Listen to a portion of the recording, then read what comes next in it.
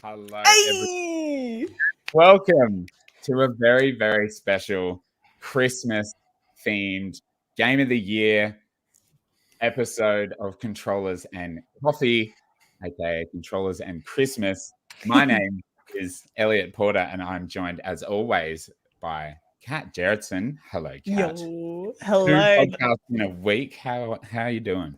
Oh, I'm doing fantastic. Even better after watching that intro. I'm glad you kept that a little secret from me. What a delight. I love You that. like it? Oh, You like yeah, it? that's so good.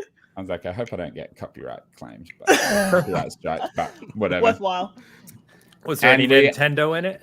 Yeah, No. you put a Monster Hunter story in there. I'm Oh, pretty yeah, sure I saw that. no. You're done. It might have been- oh god, one frame of Monster Hunter.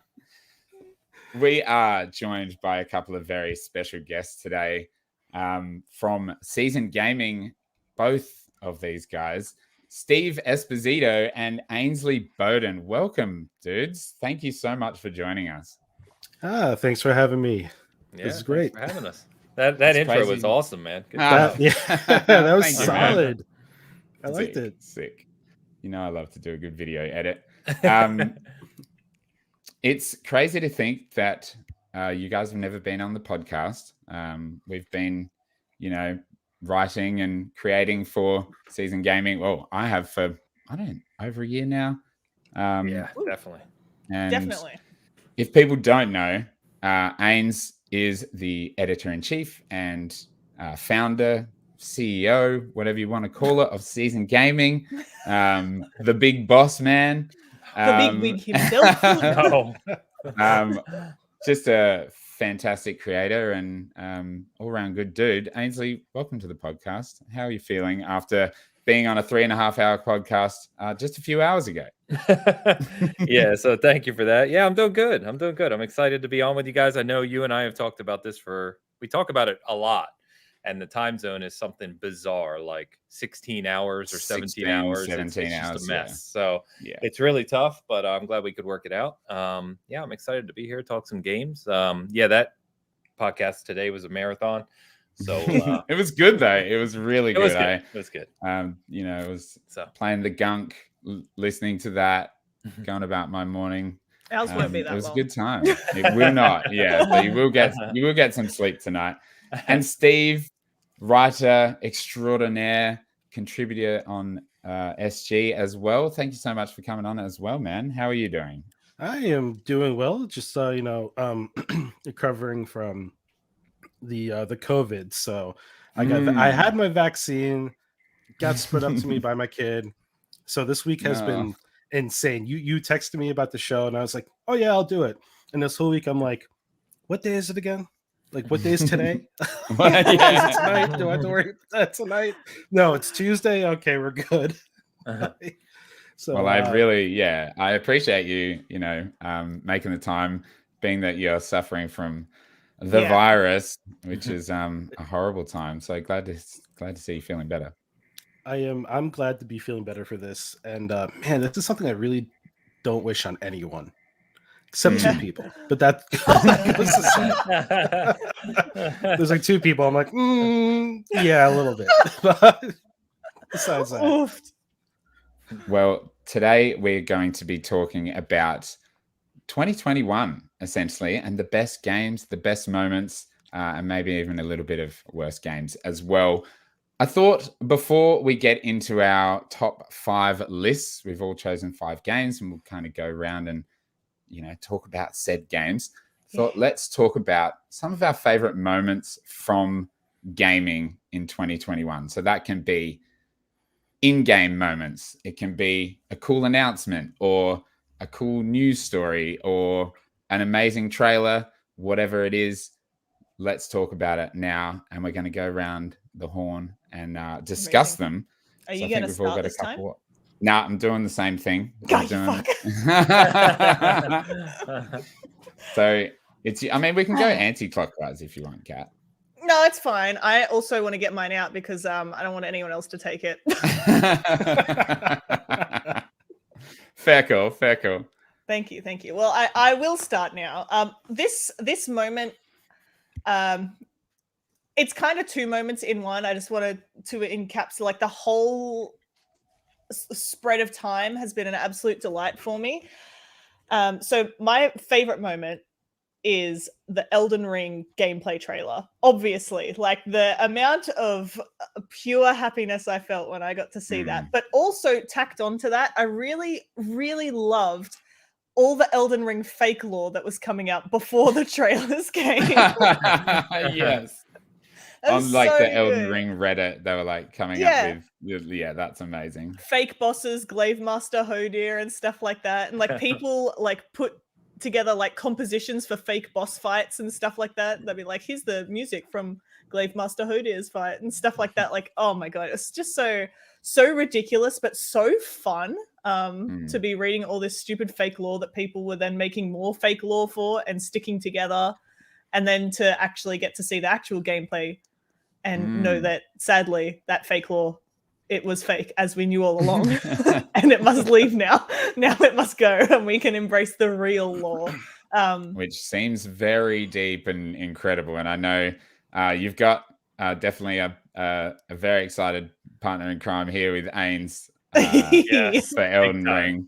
Huge, so excited. Huge fan. Yeah. And we oh, sorry. No, and I was just gonna say it's like it's unlocked so much pure joy within me, you know, like after we saw that gameplay trailer, I started working on my little pot guy who's living where is he? Living behind me here on my there he is on my little shelf, my little Alexander. And all this other stuff that I've been working on just because I love it so much, and like the community involvement in it as well the whole time, and as it will continue to go, is fantastic as well. So I'm really excited, and it was definitely just the best thing from this year for me. Yeah. And it seems like, you know, we've spoken about this at length on this podcast, and we will continue to do so. It seems like it's just living up to the hype. You know, it's living up to the expectations that people have of a new From Software game. Yeah. Ainsley, it's funny. Did you play the network test, Ains? Yeah, funny enough, I did. I didn't get in. But Dan, my Big Cast co-host, who I know many people who are big into From games, right? And super pumped for Elden Ring, and we're hopeful to get in. None of us got in. Dan, who doesn't play them and can't stand the games, got in. And my God, classic. He was going to try it, and then he knew I didn't get in. He's like, please take my code because you know way more about this stuff than me. He's like, I'll probably quit after 5 minutes. So he gave me his code, and because of that, I was fortunate enough to play. And so I played several hours of it. All I can say is, and Kat, I can confirm that if you're a From fan, you're a Souls fan, you're going to love this game. It's even just the sliced off part of the tech test was pretty remarkable. And people, I mean, you can see videos out there already of just all kinds of secrets and hidden things and boss fights and lore. And it's incredible. And to Kat's point, the community on the From games is it's something else, man. It really is. It's amazing. Yeah. Like I was in a very similar position. I did not get into the network test, but I had a friend who did, and they also let me use theirs to get in. So I only was able to line up one of the sessions for it. So I got a solid 3 hours in. But like I saw a lot of like press or people saying, you know, like, oh, Elden Ring's just big Dark Souls. That's what I want. That's what I'm here for. Like, I don't need anything else. If it's just big Dark Souls and nothing else, I'll be happy. Like, you can't stop me. You know, I hate that comparison. Like when people, I think I wrote an article for SG actually about like, what's wrong with just more Borderlands with Borderlands 3? Like, why is it like a slight on a game when it's a sequel? It's just more of a good thing. More of a really good thing. Yeah. That's what I'm looking for. Like my dreams are coming true when I see it. Like people have got to, find some negative, because as far as I can see, it looks like it's just going to be an absolute worldie. Yeah. Yeah. I can see as well, Gamer Graham in the chat talking about how horrible the store has been. It was horrible. Yeah, Awful. like the premium collector's edition that comes with the helmet. I told you, Elliot, I wanted it so bad and I couldn't get it. Yep. Well, when they first released it, they oversold.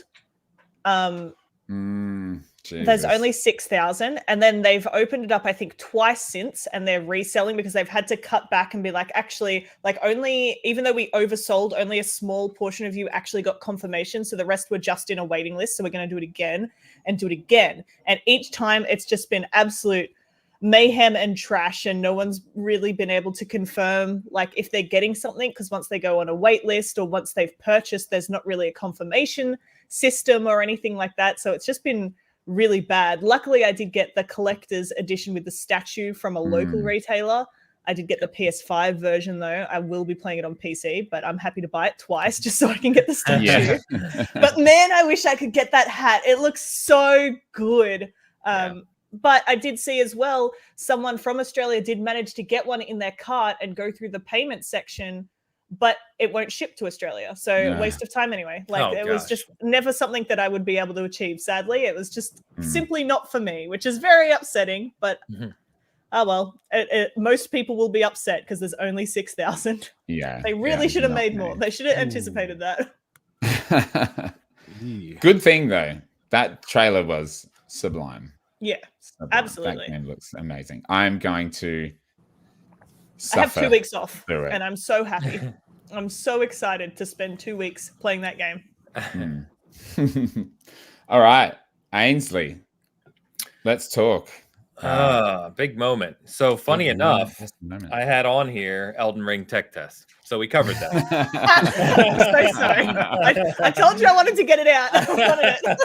Hey, if you wanna say more about it, look, we are essentially the de facto Elden Ring podcast.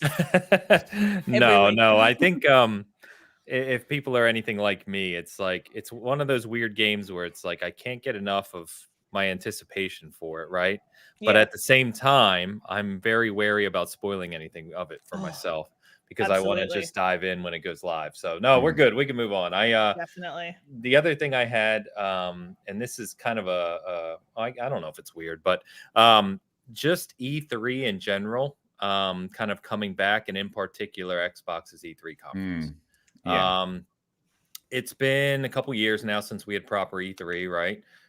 And there was a lot of expectations, I think, on Xbox. Now, they generally had a really good year, but they've never not never, but it's been a while since they've really knocked it out of the park. Like, I think they've had really good conferences, but there was a lot of hope and hype and everything about this year's conference being something they really needed to press on. And I think overwhelmingly the consensus is they did. And in my opinion, those 2 hours, God, I'm sorry, I'm like choking. It's just so good. It's getting caught up on it. Choked up. Getting emotional. That hour and a half or 2 hours, whatever it was, it flew by because there were just so many games. There was such a good pacing, nice surprises, good footage. And it was just one of those moments during the year that took me back to pre-pandemic when we all got together as a gaming community and just celebrated like a show. You know, without arguments and without people kind of being all over the place. Felt like everyone was really hyped after that show. And it was just a good thing to be a part of. I really enjoyed it. Yeah, it was so good. And we got to see such like cool things like Redfall.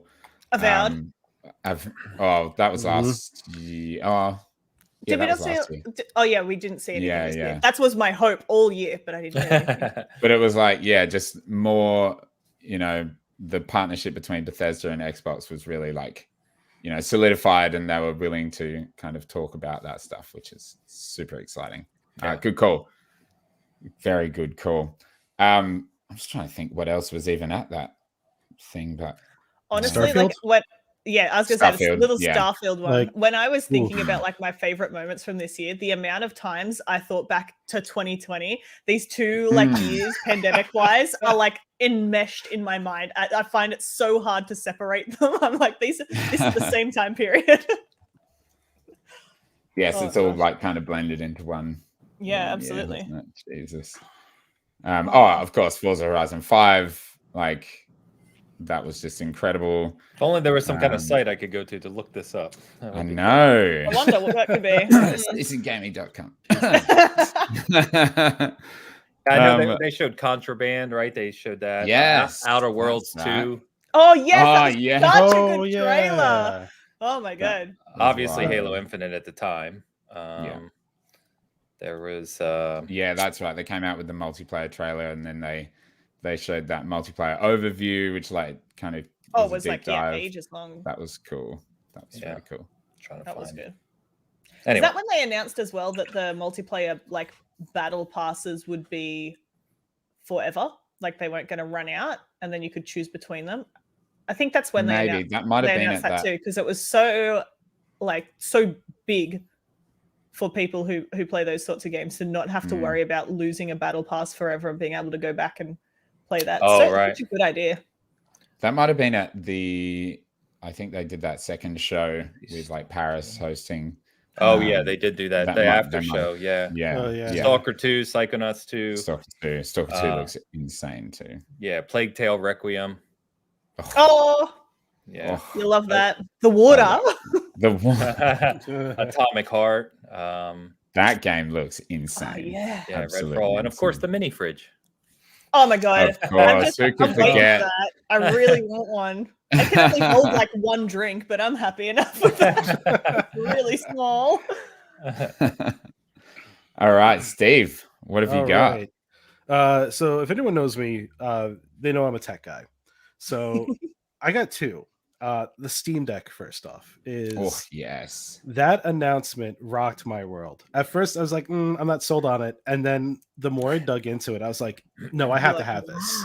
Yeah. Yeah. I was like, no, I have to have this. I have a Steam catalog of like 500 games.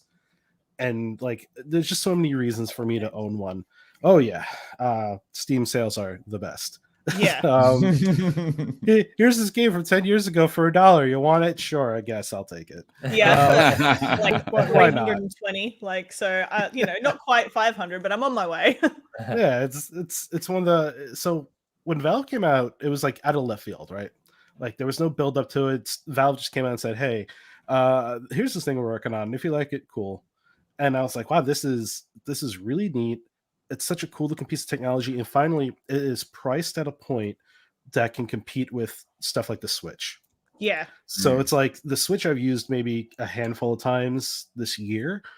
The Steam Deck is just going to get so much more play out of it. And then they started releasing videos about, this is how you can repair things if you want to repair it. This is your item. This is how you can deal with this. And it just kind of felt good that a company was doing the bare minimum of ownership. Where it's like, if you want to fix something on anything else, it's like good luck, and like you have to go through Nintendo, the whole right to repair. Yeah. So the whole like right to repair situation, with that being a big facet in the tech community right now, it was just nice to see Valve know what they're making, know who they're making it for, and now they got it in the hands of third-party developers, so now they're playing it and showing off how their games run on it. Like, it's just it's the home run, and of course, I got to wait till February, which sucks. But I'll Did you get an order? I did. I got in the first wave I went with the middle one. I think it was nice 256. So I can throw my little 1 terabyte SD card in it. I'll be fine. Dual booting system, dude. Dual booting. It's a perfect Game Pass on the go system. Like if you don't have, that's why I bought one.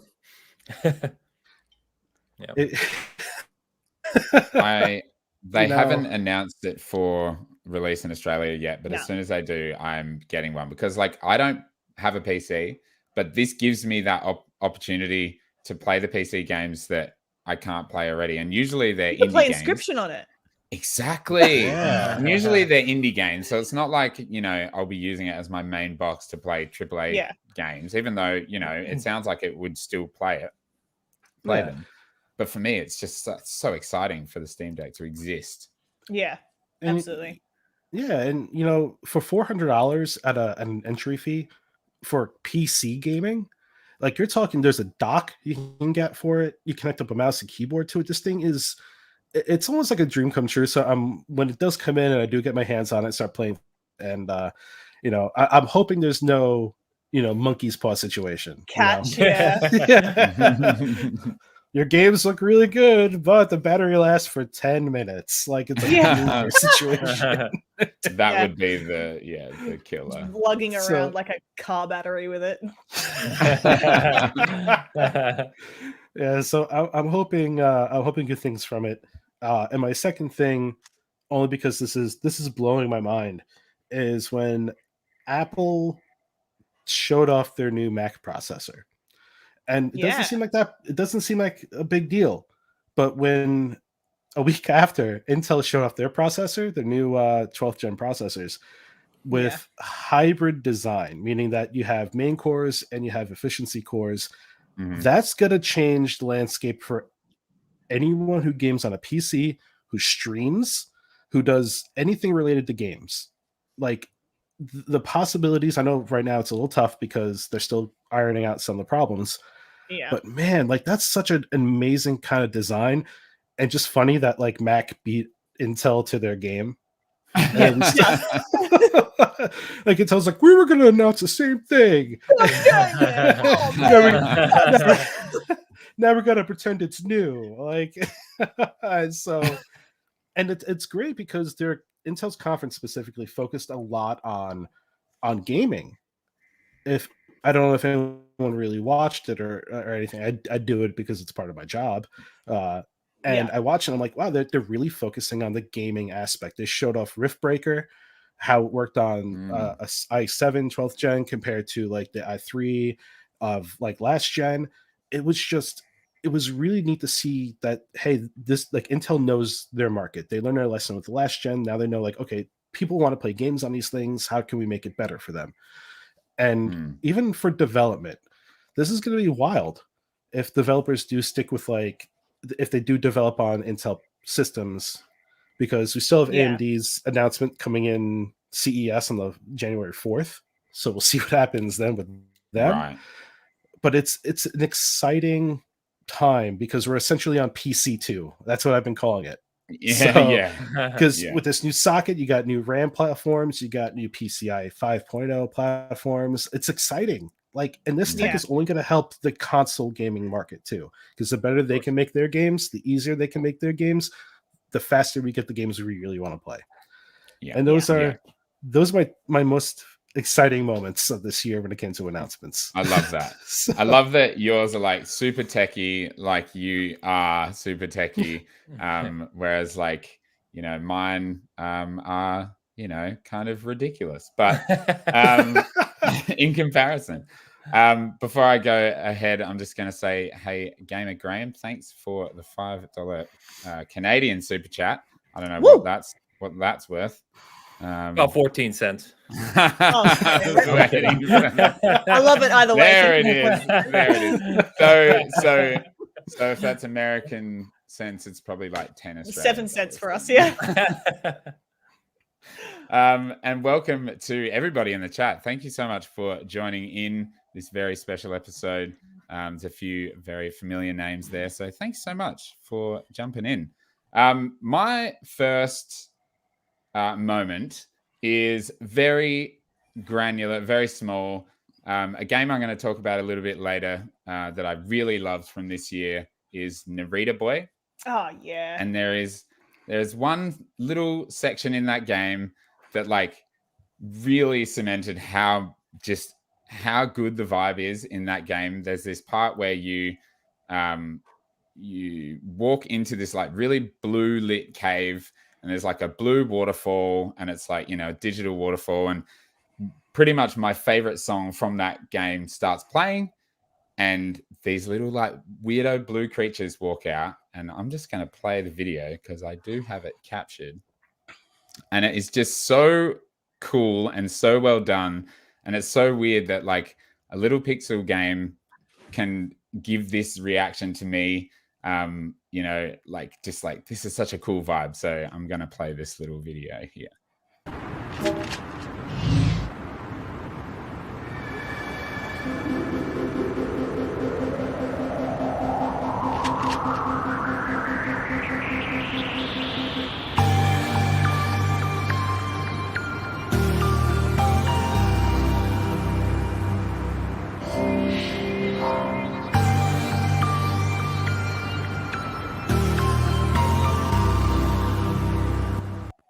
I just love those little weirdo blue dudes. And I just thought I've not been able to forget about that moment because the song is so good and they just like wobble out there. And I think that's a really cool little moment in a really special game that I don't think has gotten any of the credit that it deserves until today, because we are definitely going to be talking, until every talking time about we it. speak about it. Yeah, pretty much. Which, I mean, our podcast never shuts up about it.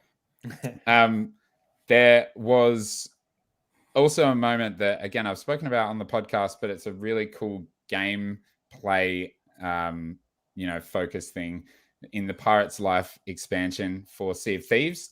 There's this bit where you have to like find the black pearl under the ocean, and it's very, very deep, and you start diving down, and you kind of, there's no, it's Sea of Thieves, there's no markers or anything like that, and so you're just like following this debris in the water, and as you go down, the sirens start singing, and it's like really atmospheric, and there's like water bubbles so you can, air bubbles so you can like breathe as you go down there. And just the way you go deeper and deeper, and it's like really dark. And then as you get to the bottom where the pearl is, the black pearl, there's just, it kind of lightens up and you can see everything, and you can see this, this legendary ship, right, from Pirates of the Caribbean.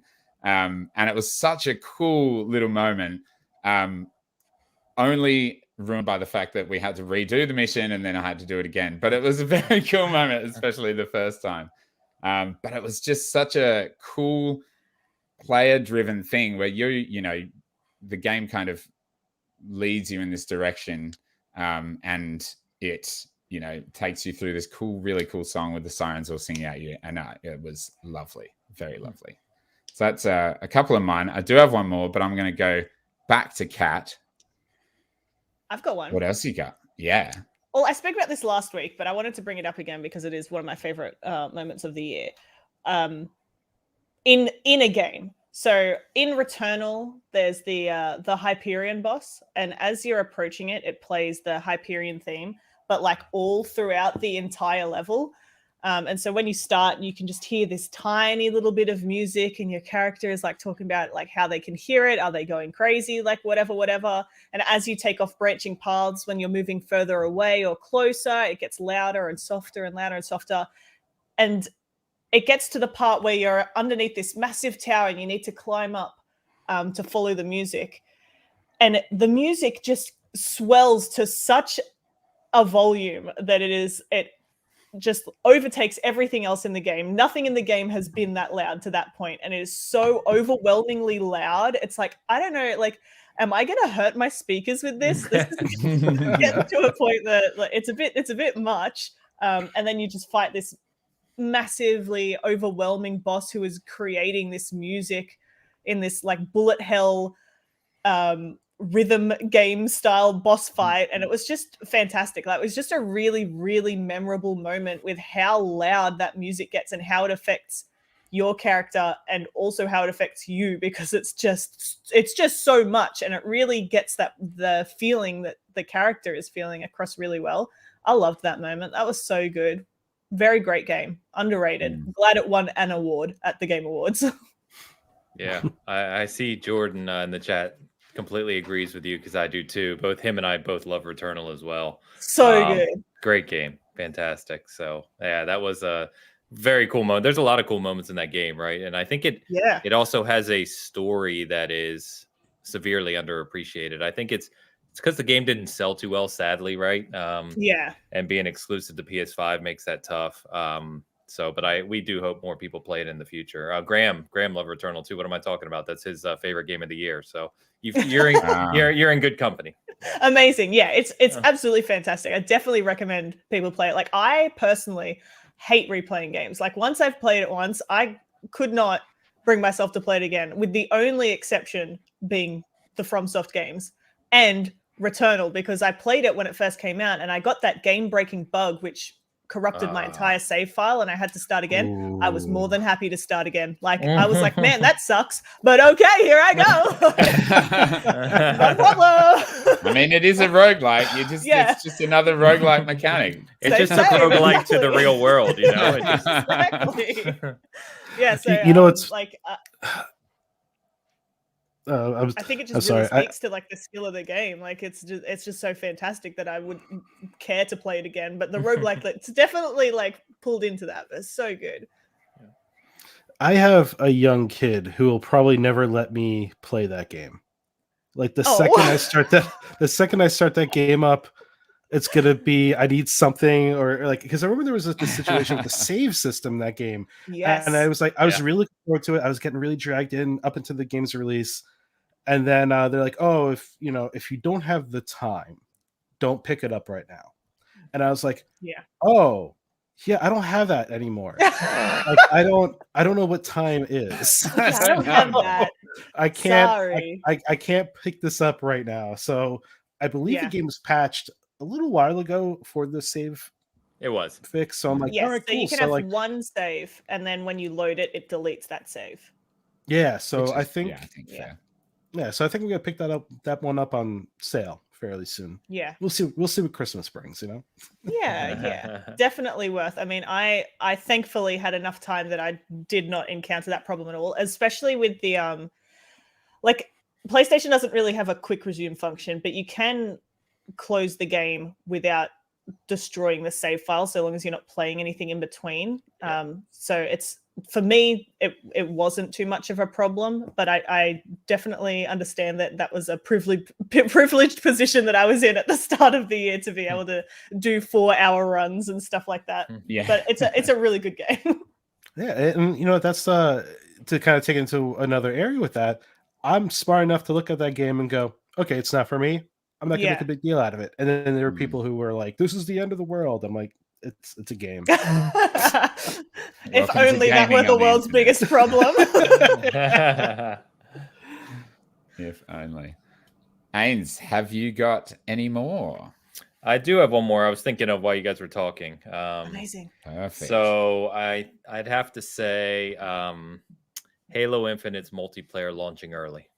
Yes. Yeah. Nice. Cool. Love that. Yeah. So funny enough, I knew this was coming through some DMs of other people who told me it was coming. But even when you know, like something that you're excited about is coming and it hasn't been formally announced, you still have hesitation. Like, it's like, is this actually going to happen? And no matter, we were talking up to the night before with other people who are like, it's happening tomorrow. Like, it's happening. And I was like, is it really? But then people were also like, oh no, it's not happening. There was like every hour it was like, oh no, actually they're not doing it. Oh yeah, they are doing it. Oh no, now they're not doing it again. Yeah. So I think by that point we were like, what is actually happening? Yeah, there was someone so I was talking behind the scenes, right? And then someone's like, well, a person from Xbox Era said it's not. And I was like, oh, really? Damn. So went back to a different person and they're like, no, it's happening. Trust me. And I was like, all right, well, we'll find out. Right. But anyway. Find out in 24 hours. Exactly. So I had taken off of work in anticipation. And, obviously it happened. And for me, you guys know well enough because you hear me talk about it every day. But Halo is a big part of my gaming history. Played competitively many years ago when I was young, but I still get really competitive and I still just love it. To put into perspective, multiplayer came out a month ago. I have 8 days played in it. So I play a lot of Halo and I just love it. So it launching 3 weeks early from when it was supposed to was just a huge what a delight. Holiday gift for me. Yeah, for sure. Amazing. That is so sick. And I think there's been a lot of, as usual on the internet, a lot of discourse, potentially negative, mostly surrounding the battle pass, but the gameplay is so good though. The gameplay, it's so solid. It's so fun. Cat's not the opposite. I have never played Halo in my life apart from between laser tag rounds when I was a kid because I just never had an Xbox. I never played it, but the multiplayer is just so fun. Whenever I'm inside a game, I'm having the time of my life. When I look at the battle pass, a little sad, but when Yeah. I'm inside the game, amazing, so good. And I think there's already improvements being kind of rolled out constantly as well. Quite Yeah. a few. Yeah. With that game, I just wonder, they nailed the hard part, Yeah, exactly. Like, Like getting the a foundation's game- there. Yeah. Getting a game to feel this good is the hardest part of this journey. And like, so I was playing Halo and I had to jump back into Destiny 2 because I needed my Halo weapons in Destiny. And I like Halo impacted me so much that I was like, okay, Destiny, which I held as the gold standard of gaming, of first person shooter gaming and fluidity, that felt worse to me. Yeah. By like a little bit. Halo felt so good that Destiny felt bad. Yeah. That's even saying something, like, isn't it? it is. And like, I gotta say too, like, while everyone was off playing Halo, I had to review Call of Duty with like the most like you sons of bitches, like Like, that was the saddest moment of the year. yeah. And I was like, okay, I'll do it, but damn you guys. That's why I pumped it out so quick. Yeah, that was record time for a review, no doubt. I need to get back on the ring. Take Take me back. But that's it's funny because when we're talking about the build up to that announcement, I had friends texting me, like not one, not two. I had like people I haven't heard from in months. Like, Steve, you write about video games, you know people. What's going on? And I'm like, I don't know. Like, Help. I do know, but I don't know. Maybe I don't know. And they're like, we see people from Game Informer following you. Come on, you know. I'm like, I don't, but I do. I don't know. Like, I felt It's a secret. crazy. I felt crazy. And right there with Ains, I was just like, just blown away by it. Yeah, it was incredible to release. Good Like moment. the last 3 months of this year have just, well, even more so. Psychonauts 2, Age of Empires, Forza Horizon, and Halo now. Like the Xbox Game Studios, just like We're ramping into next killing year. it. We're bringing It's it up. Like, crazy. And for them to just be like, 10 million players in Forza. All right, well, here you go. Have the multiplayer for Halo now. Like, it's just like game after game. It's just it's been so good coming up to the end of this year. And Halo multiplayer, as much as I'm shit at it, I'm having a great time. oh yeah, I'm And, dog good. I'm having a good time. It's good when the day they launched it and people started to flood and play it, the campaign went to #1 top seller on Steam that day. Yeah. That's wild. Nuts. So very cool. Good call. Steve, do you have another one?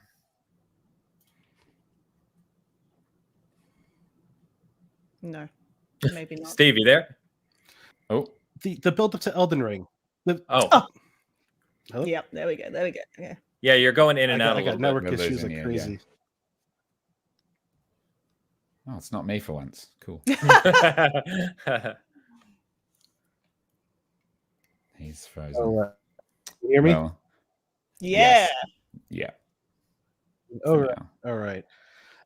So the other, I guess the only other thing we're talking about build-ups, that build-up to Elden Ring, where people are like, it's gonna come, they're gonna show it.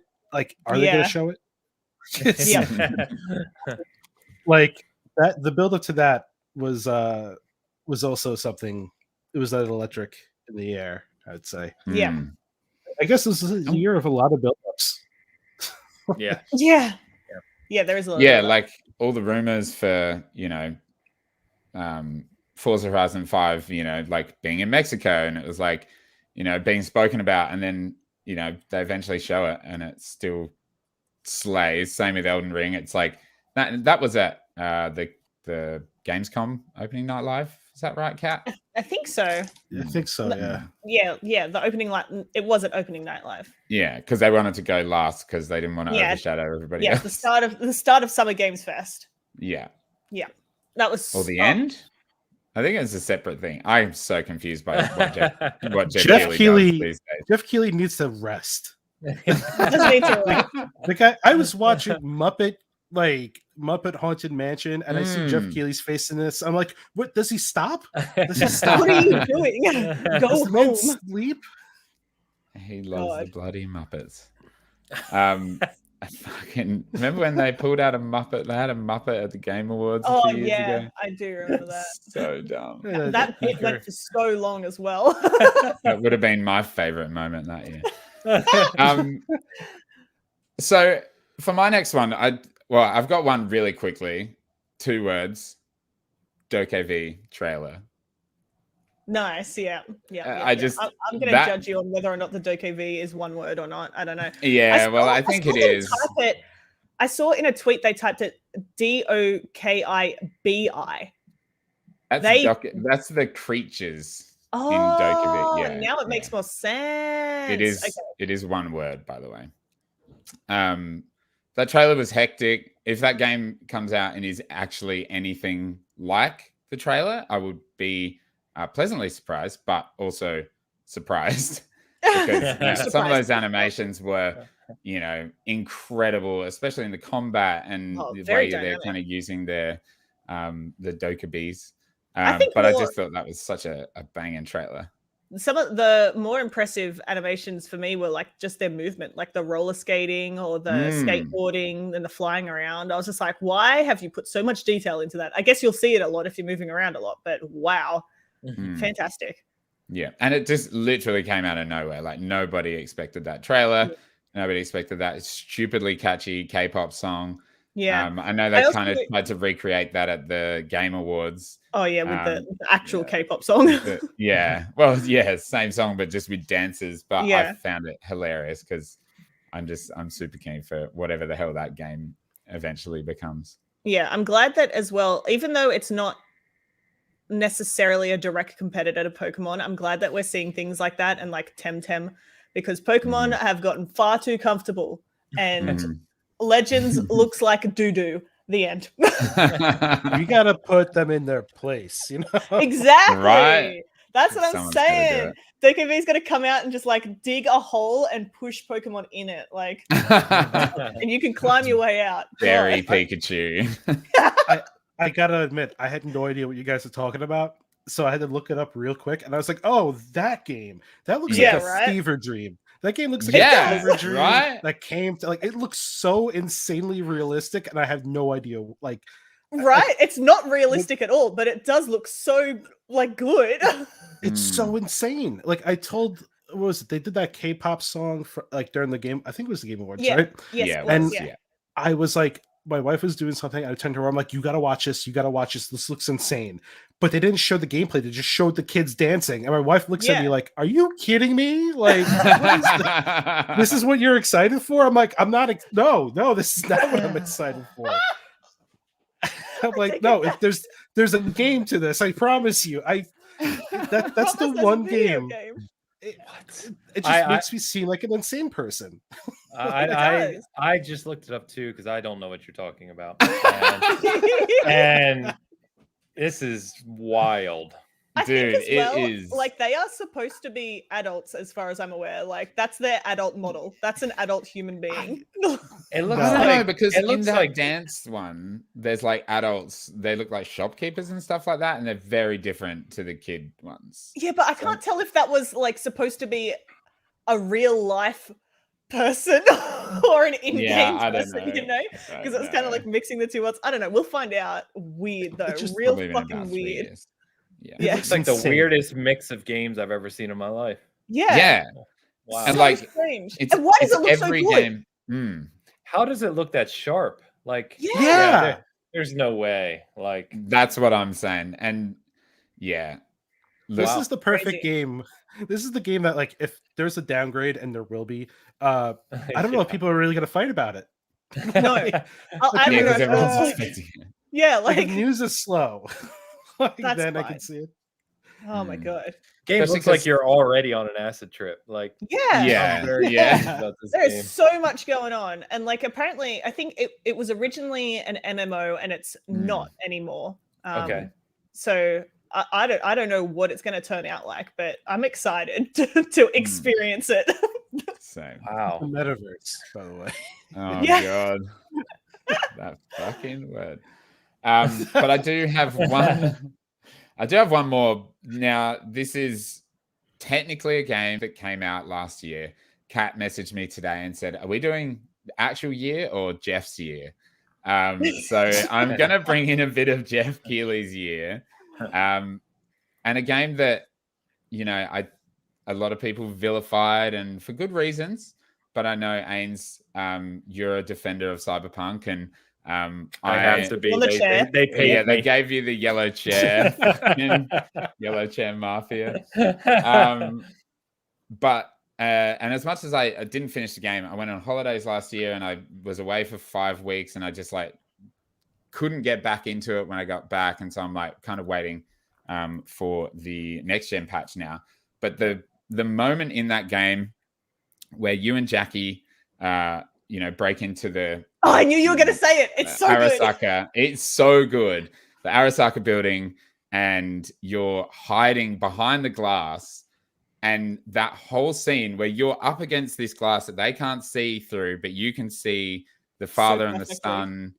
And spoilers for the opening of Cyberpunk, but the young Arasaka kills his father, and you witness the whole thing. And because it's in first person, it is so intense, and the music that's playing is just perfect. It is one of the most intense moments, I think, of any video game. And the reason I bring it up now is because we didn't do this last year. And I just anytime I can have the chance to talk about this one moment, I'm all about it. I think it's such an incredible piece of media for, you can only experience this in a video game. And, it's stuff like that makes you realize, oh, this is why they decided to go first person with things like this. And it was so good. It was heart pumping out of my chest, oh my god. And I think the glass cracks at some point, and when the bodyguards looking through and looking dead at you but not looking at you, I'm just it was incredible. Absolutely it's like a moment from a really well scripted movie, but you got to experience it, right? That's what it felt like. Mm-hmm. The anxiety was real in that moment. Yeah, inside me. Yeah, there's several moments in that game. And I don't know how far you've gotten, Elliot. Act 3, I think. Yeah. Okay, so there's several moments in that game, various side missions that are really memorable, and obviously late in the main story, where I'm just like, this is incredible. I mean, this is just truly incredible, and it's frustrating. Obviously, we don't have to talk about Cyberpunk because that's been done ad nauseum, but it is frustrating that not a lot of people got to experience the good of that game, right? Mm-hmm. And what really people, because I reviewed it and I have 140 hours in it. So I've played it thoroughly, and there's so many good moments in that game. I can't wait. I really hope that next year is the revival for that game. Yeah. I'm the same as Elliot. I played it up until the mission that is the point of no return. I did look it up because I was like, I don't want to actually finish the game yet. I wanted to do some more of the side stuff. But I totally agree. There's so many good moments, and I can't get back into it because it got so buggy on my PlayStation that I was having problems just walking. Just walking was having problems. And it's sad that just those things took away so much from the amazing story that it is. I wish it was marketed a bit differently, especially initially when they clearly overpromised by a mile, because I think a lot of people would have a much, much better opinion of it if it had been marketed a bit more fairly to what actually came out. Yeah. Absolutely. All right, Kat, have you got any more moments? Yeah, I've got one more. And it's not one that I can really talk about a lot, so it's perfect because it's nice and short. And it's a really fresh moment for me, very fresh. But I think one of the best moments of the year was when I finally realized the truth behind Inscription and what the game was and what was happening and what I was going to experience. Because, Elliot and I have talked about it a lot. Everyone tells you just to play that game and they won't tell you about it. And even if you watch the trailer, you understand a little bit, but you don't really understand. And so once I got into it and I realized what was happening, oh, that was fantastic. I was like, wow, this is going to be a journey. And it was a journey. And it was fantastic. I had an amazing time. But that realization, that was a good point. That was a good point in my year. Very recent, but very good point. That's awesome. Yes, and we shall not speak of it because no Inscription player will. They will all just silence, which I think is cool. I love that, by the way. I love that there's a whole community of people that's like, no, I'm not saying anything else. All I can tell you is that it's fantastic. I won't tell you anymore though. Yeah, that game was made by the dude who did Pony Island. So it's like if you know Pony Island, and he did something else that was really big too, that everyone talks about. Like Hex or something? Yes, that's what it was. That like when you know that creator, you're kind of like you know what you're in for. So I like that. I like that there's this inside thing for the players to enjoy. And it's not like, oh, it was really, really, really good. And like people just have to say that it's really good, but they can't tell you why. Like it's just like I just like have to experience it for yourself. And it's worth it. It really, really is. It's fantastic. But that's all you get to know. It's next on my list now. Yeah. It's on Elliot's list when he can finally get a Stream Deck.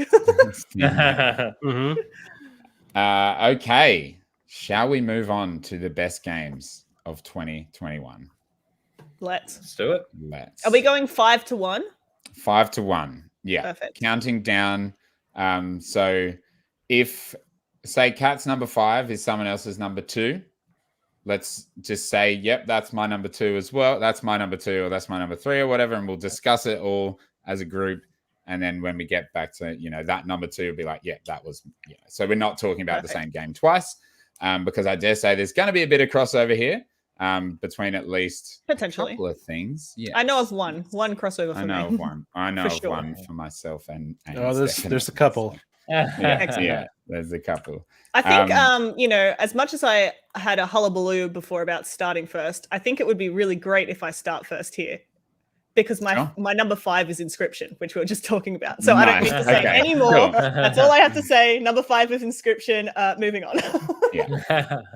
You have to play. You just have to play. You just have to play. Everybody says. I've said as much as I can say. Next. All right. Ains, what's your number 5? It's hard, isn't it? Number, right? I'm struggling because I have 2, so I kind of want to cheat. You can cheat. That's because fine. I literally cannot decide number 5 which of these 2 belongs there. So for me, it's a combination of Returnal and Little Nightmares 2. Well, Returnal is my number 4. Okay. So, cool. So we can talk about both. Do you want to talk about Little Nightmares 2 first, and then we can talk about Returnal? Yeah, so Little Nightmares 2 came out real early in the year. A lot of people have kind of half forgotten about it, which is kind of sad.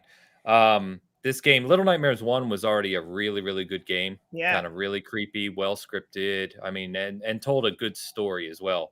Little Nightmares 2 kind of took all of that to the next level, in my opinion. Just better animation, some incredible level design.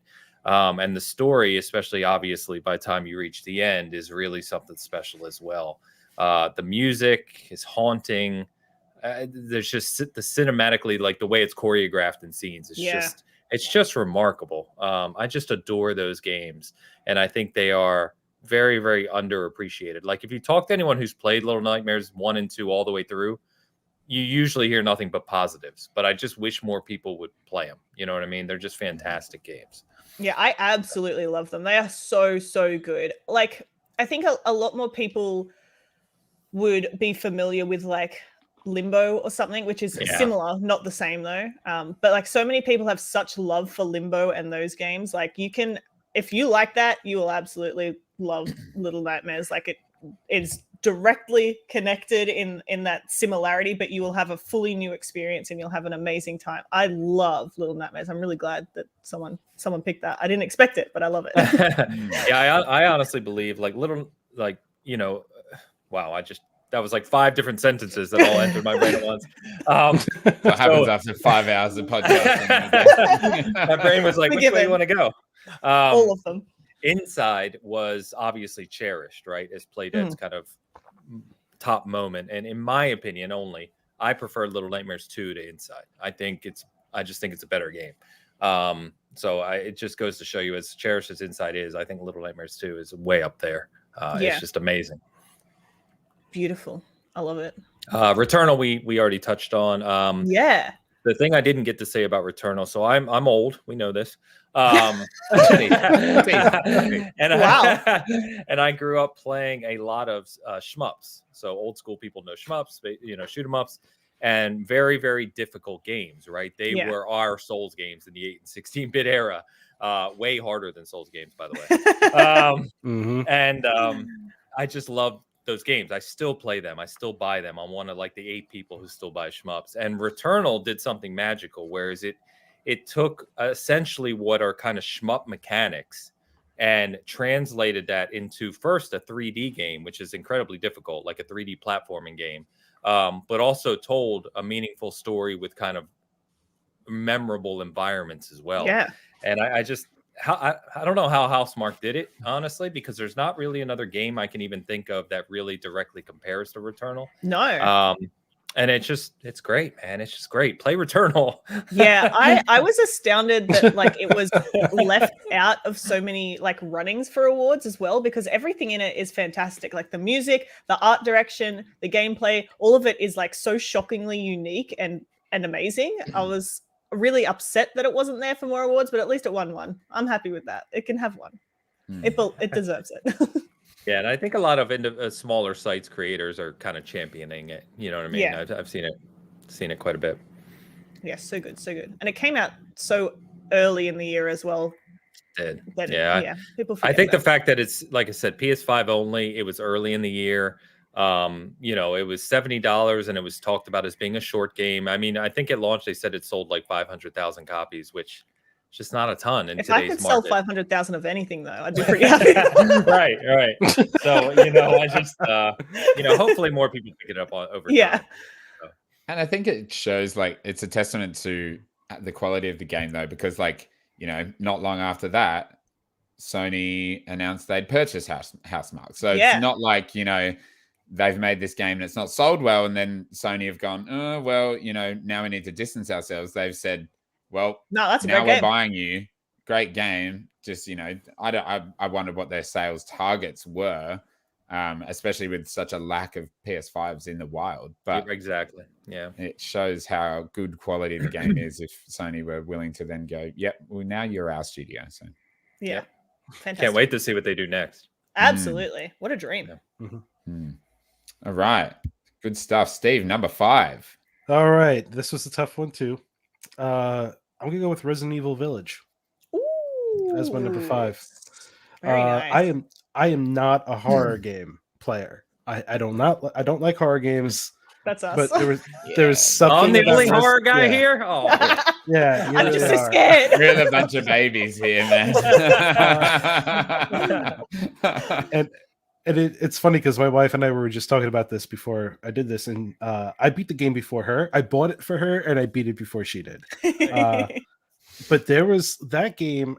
It was like it was like going into a theme park, where the different parts of the park there's different themes. It's a theme park, and that's what Resident Evil Village felt like. You got themes and parks. Yeah. So like every part of Resident Evil felt like a different theme, and it just melded together really well.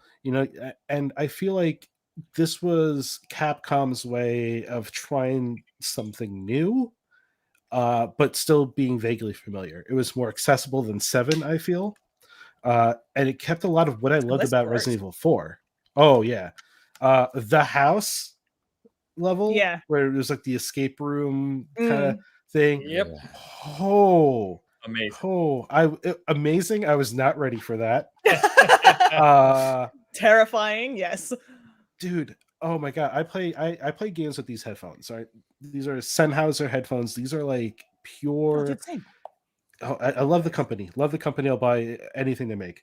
The sound is so crisp that when I heard the crying in that level, I thought my kid woke up. I thought I was freaking out. I was like, what the hell is going on? And then it appeared, and I was just like, oh boy, I had to pause it. For a second. I'm like, all right, collect myself, and then just like finish it. And then like, I don't know, the whole theme of the game, everything was just so it felt really personal to me in a way, where it just felt like, I don't know. It's like the second you hear about what happens, because I don't really want to spoil it for too many people. Yeah. But when you see what happens to a particular person, and I'm like, now I have to beat this game. Now I have to beat this game because I need to fulfill this weird, because the whole thing is about parenting. Yeah. That's really one of the key things. And like being a new parent is, it really hit me. And I was like, no, I have to beat this game on principle now. I can't let this be a loose end. So like fighting through the game in this weird mental state that I was in at the time, and then completing it, I was just like, all right, cool. I can rest now. I can sleep. So that's my number 5. And now it's funny because the more I'm talking about it, the more I'm like, I should have put it higher. So that's okay. The numbering of this is so difficult. I spent so long trying to figure out my numbers. So, they're all good games in the end. It's a great game. I reviewed that for us. I gave Village a 9. It was one of my highest rated games of the year. I loved it. I am a horror guy. I love horror games. And so, this coming out, I was really excited about it. I love 7. I love the move to first person. And I thought 7 was very good. This wasn't as horror per se as 7. But in my opinion, I liked Village better than 7. I liked, to your point, Steve, that Capcom just said, we're going to get a little more bizarre with it. And they just went for it. And I thought it really worked well. I loved it, man. That's awesome. I'm way too scared to play it. I'm a baby. I've been tempted. I've been so tempted because it just looks so good. But I just... it's a 2-day. Just play it straight for 2 days. You'll be done with it. It's not a long game. We'll have a heart attack for 2 days. I need some Valium or something like that. Oh God. I'm a massive baby. I'm like, whoop. No, thank you. Play with the lights on, man. Yeah, I'll have curtains open, middle of the day. As soon as the sun starts to set, I'm like, nah, I'm done. When I get follow alerts when I'm streaming, that scares me. So like playing a scary game, I don't know if I can do that. Oh, that's so good. All right, my number 5 is Guardians of the Galaxy. Hey, I'm really glad you put that in. That's nice. Yeah. It seems to be creeping up in more people's lists. I almost put it in. I think it's probably my number 6. There you go. It was teetering on 5 and 6. But I think it's just such a incredible feat. And this is so frustrating that this seems like a feat. But for someone like Eidos Montreal, who, previously before this worked, alongside Crystal Dynamics to do the Avengers, for the follow-up game from a developer that I really love to be what it is and to be a single-player narrative game, squad-based combat, you've got a ship. It's like it gives me mad Mass Effect 2 vibes, and it is set in this IP that's so beloved already, but that I don't know a whole lot about. But I know enough to at least know. I've seen the movies and that's about it. But know enough to care. And I remember when I first saw it, the trailer, I was like, oh yeah, okay, this I had to convince how you. I feel about this. Yeah, and then I was like, no, I want to play it. Like, it looks good. And then they showed another trailer, and it had all these weirdo environments, and I love sci-fi, and to see these weirdo planets and space stations and stuff in the trailer, I was like, nah, I'm so keen for this. So got it day one and just played the hell out of it. And the character dynamics between everyone in the crew, some of the missions where you're kind of dealing with this major threat, and every member of your crew kind of has a chapter where they're kind of the focus. It was so good and so well written, so many laughs, and the most dialogue that I've ever heard in a video game. It is just constant yelling. And but it never, in my opinion, gets old. No. I could just listen to them be this crew that are essentially a family forever. And there's some really heartfelt moments. The combat is actually super fun as well. When they first showed it off, it was like, oh, how is this actually going to feel to play? But, telling your crew to, attack and do special attacks and, you running around and sliding on your knees and just having all these abilities just felt really good. It looked brilliant. Yeah, the tunes, and like that one mechanic where you huddle up is like, oh yeah, the that's such a dumbest good mechanic. It's the dumbest thing, but it is so fun and so hilarious. And it's like, I don't think, as far as I'm aware, it's ever been in a game in that way. Like, there's obviously, games where you can like get a strength boost in the middle of combat, but like the way it happened, it was so stupid, but so fantastic and so very much like Guardians of the Galaxy. And it was just a joy to play. I love a good weirdo sci-fi game with like technology that's like inexplicable. Is my favorite kind of sci-fi. Like, you don't need a scientific reason for how this works. It just does, and I love that. And so that's why, I rate it very highly. There's actually one moment in the game that I almost put on my favorite moments. I can't really quantify why this moment sticks out so well to me, because I don't know. I think it's just a combination of like the character's development and how well the like voice actors portray the characters. But there's that scene where you meet Mantis for the first time, and she's incredible. It's just specifically these lines where Mantis asks Gamora if she still has suicidal thoughts and how like Gamora's reaction. And I was like this scene, it's a gag, but it's so good, and it grounds the characters, but also is a funny moment, and their voice acting is so real, especially from Gamora in that moment, like her surprise and her shock that someone would say that out loud to other people that she knows, and how that dynamic then works within their group. Like, I don't know why, but those lines specifically stand out to me so much from that game, and it was so just such a memorable moment. And I think even though that's the one bit that stands out, all of those things that I just mentioned carry themselves through the entire game, which probably helps enhance that moment. Like, you're already so involved, and the characters are already so believable that when that happens, you're like, whoa, but also good joke, good gag. Yeah. And the characters are all vulnerable, and they're all, you're seeing this side of, ostensibly superheroes. Yeah. In a whole different kind of light. And it was so clever. And Mantis was phenomenal. Absolutely the best character. Wacko. She's so crazy. And that mission where you spend a lot of time with her was just the dialogue between the normal Guardians was great. And then when she was added into it, it was just next level. She's so good game.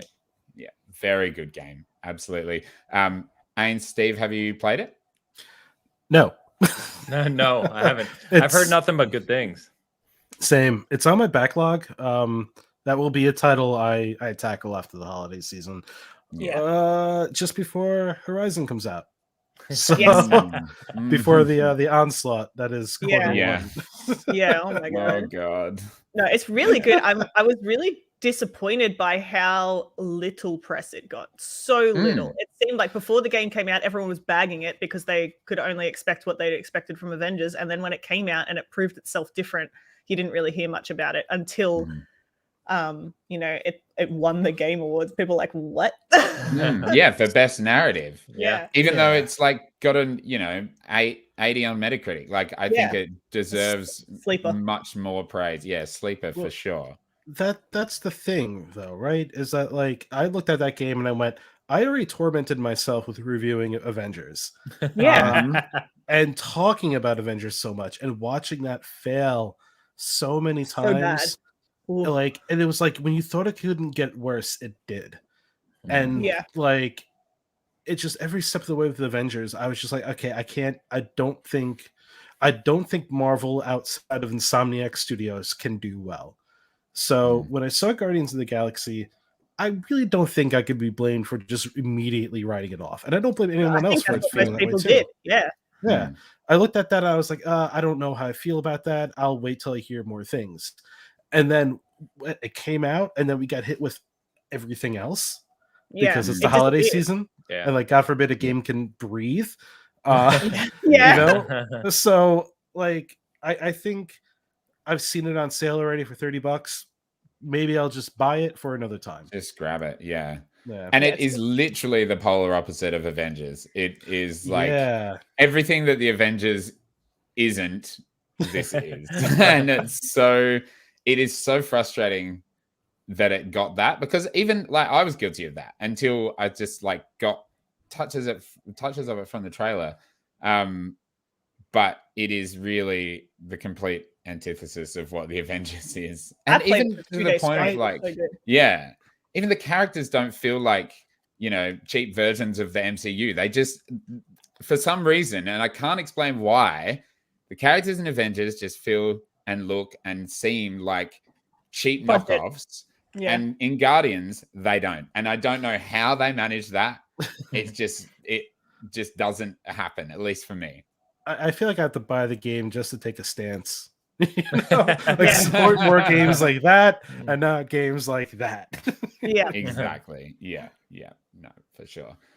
Okay, Kat, your number 4 was Returnal. So we're going past me. Jump over you and go to Ains for number 4. Oh boy! All right, so my number 4 is Biomutant. What a surprise! So I am a big proponent of this game. I catch flack for it all the time from my buddies because I reviewed it well. I was high on the critic scale, and I just adore this game. I talked about it on the show I did earlier today. It is just one of those games that again, we keep using the word underappreciated, and I think this is one of those games. And I think the sad thing is that we're just good at finding gems. So this game is, I think the problem is people, I think, expected a much smaller game. I did when I went into it, and what I found was that this is a massive game. It's huge. It is just to do the kind of core story and at least to experience everything in the world. You're looking at 40 to 50 hours. Yeah. And I have 80 hours in it. And it's just, it's beautiful. It's unique. It has a ton of looting. It has character customization. It's got crazy combat. And after all of that, it tells a kind of heartwarming story by the end too.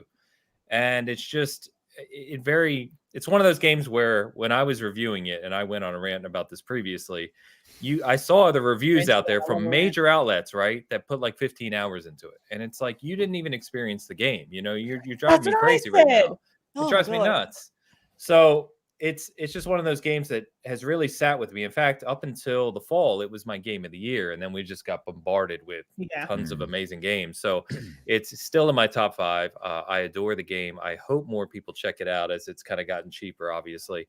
And just give it a chance. I know quite a few people who say they put like 2 hours into it or 3 hours into it and it didn't grab them. And I get it. Of course, time is precious for all of us. But there is kind of a thing that happens with that game when you get a little while into it, where it opens up much broader. There's much more to experience, and it's a really good game.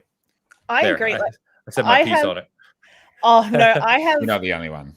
Talked about this so much. I think the same as you. I was so frustrated when I saw the reviews of people that have played 10 to 15 hours, because I can see why they rated it so low if you only played that much of the game. If you only like went for the core story and just went boss to boss to boss to boss, I would have probably had a shit time too, because I think the weakest part of that game is the bosses. 2 of those bosses were just a slog and boring. Didn't really enjoy it at all. But the entire rest of the game is fantastic. So if you're only following that main path and just trying to like streamline through the story as fast as you can, you're going to have a subpar time. But if you actually do get to experience the world, it is really good. It was really fun. I am exactly the same line of thought. It was a really, really good game, and I was very upset when people rated it so poorly.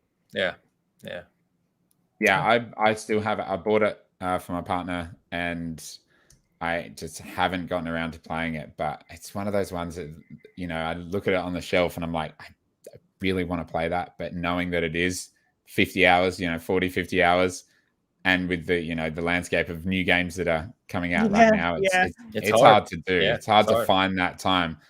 But it's always tempted me. Well, and they did say, months ago that they were making a free Series X and PS5 update for it. So, cool. sadly, they've gone pretty damn quiet. I hope that's still the case. So we'll see. But I know when that comes out, I'll probably jump back in yet again. And like, I mean, their development time was a long time, so they are a small team. So less they than 20 disappeared people for a long time. Yeah, that's insane. And Less I'm telling than 20 you, people. when you play like the breadth of that game, you can see why it took so long. Because it's like after you play it for a while, you're like, how the hell did a group of 14 people or whatever it was, 16 people make this game? Like, it doesn't make any sense. There's is large. Yeah, there's so much to it, and different biomes and tons of different weapons and customization, and it's just it's secrets crazy. and stuff in it. Yeah. Like, I loved it. It was fantastic, and it's really, really beautiful as well. It is a lovely looking game. The amount of work in that game, like it's on my list at all. But the back end work, man, just making all that work. First of all, if anyone, it's amazing that anyone can release a game. Like, right? Oh, dude, I always say game developers are literally magicians. Yeah, like what are you doing? Like, you release a game this day and age, it's like all props to you. Like, I can't believe it. What was it? One game I was playing was made by 2 people, and I was like, how? That was made by 2 people? Every time I see that, I'm like, what do you mean 1 person or 2 people made this game? How does 2 people encompass all those skill sets? What are you doing? Yeah, like how did you eat, sleep, and work a job to afford to make this game? Like, it just it boggles my mind how games, like, the fact that anything comes out is a miracle to me. So seeing something like Biomutant, looking at all the stats and different builds and how things play off each other, Biomutant might be probably one of the most underrated games of this year. Yeah, I think so, and for sure. We played a couple of years ago at PAX. I don't know if you actually played it, Elliot, but I definitely played. I did, yeah. The Biomutant like little demo part that they had, which was in the main game, but you could see the massive amounts of work that had been done between that point and the point that was in the game, because the part that we got to play was like this very short corridor of gameplay, and like, even though it had a lot of the elements, to see then that specific area translated into the actual game, so different, so different in how you use the abilities and the placement of everything, and just like the way the story is told. And like, they were very open in saying that they were going to be working on it a lot and changing a lot from that demo to the final game, and you can definitely see it between those 2 moments. Fantastic though. I actually urge a lot of people to go to PAX East, go to PAX when they feel okay. Go to PAX, go to the indie booth section, and just play something. I played Hyper Light Drifter 4 years before it came out. Oh, wow! Like that shows you, if you want a real good view on how games can be made, go to PAX, man. That's the best thing PAX, to do. We went. It was incredible. Yeah, love that indie booth section. Got cancelled this year, but rippy dippy. Rip. All right, Steve, what's your number 4? All right, number 4 is Tales of Arise. Nice. Ooh, cool. I'm glad I put that in my little intro trailer thing. This is the little game that could, in my eyes, because Japanese games and Japanese RPGs nowadays, unless you're doing something really, really special and unique, like, let's say, like Yakuza, you're doing an anime style Japanese RPG. Like, okay, everyone else has that. Like, everyone else is making that kind of game. Why should I care? There's so many of them. Tales of Arise really stood out because it had just solid combat. The story was good. I liked the story. It got a bit confusing, a little anime-ish towards the end, because it's just like, there's just like a part in this story where you hit a wall and it's just filled with exposition. And which I thought, like, narratively, bad decision. But when you think about the grand scheme of, like, okay, this is supposed to be an anime style game, totally makes sense. All the characters are likable, every single one. Everyone in my party I loved. The combat was so fluid. There was never that part in the game where, like, you were separated from your team and you couldn't, like, access their abilities or something. Oh my god, I hate that part. Yeah, like, you can really play the game how you want to and organize your team how you want, and everyone gets proper credit. You're not forced to put this one character in your team because, oh, the boss has this special ability and you have to have that player in your team, even though you don't like their combat style. Yeah. It doesn't force you into that. Oh, nice. And just it's so pretty. I reviewed the game. Mm. It's such a pretty, beautiful game too. The graphics are amazing, really, really tight, really sharp. And it's also a little bit reflective of the different states of political governance throughout the world that I noticed, Yeah. where it's like every area you go to, it's kind of like, oh, this is how it's actually perceived in this country. This is what this is. Here's what socialism is. Here's what Yeah. McCarthyism is like. And like That's cool. it was really insightful to see like a JRPG tackle those concepts. I wish they Yeah. could have gone into it a little bit more, but yeah. And then just the bad guy. The bad guy in the game was so good. Like it was a nice build up, and just like I don't know, it hit every string. It just hit all of them, and I was like, all right, I like this.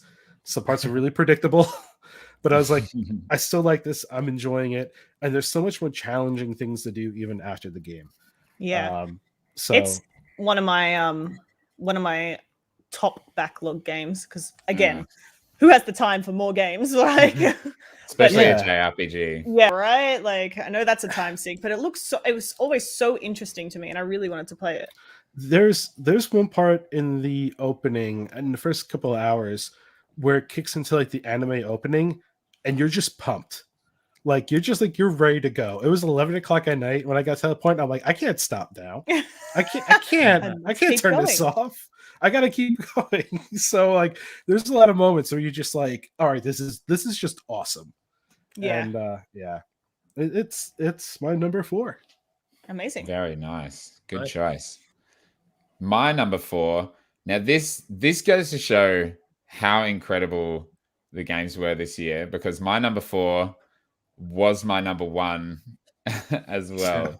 Until I played other games, and it was so hard for me to choose between this my number 4 and number 3. I struggled to get them chosen, but I think, and I'm still questioning myself, but my number 4 would be Narita Boy.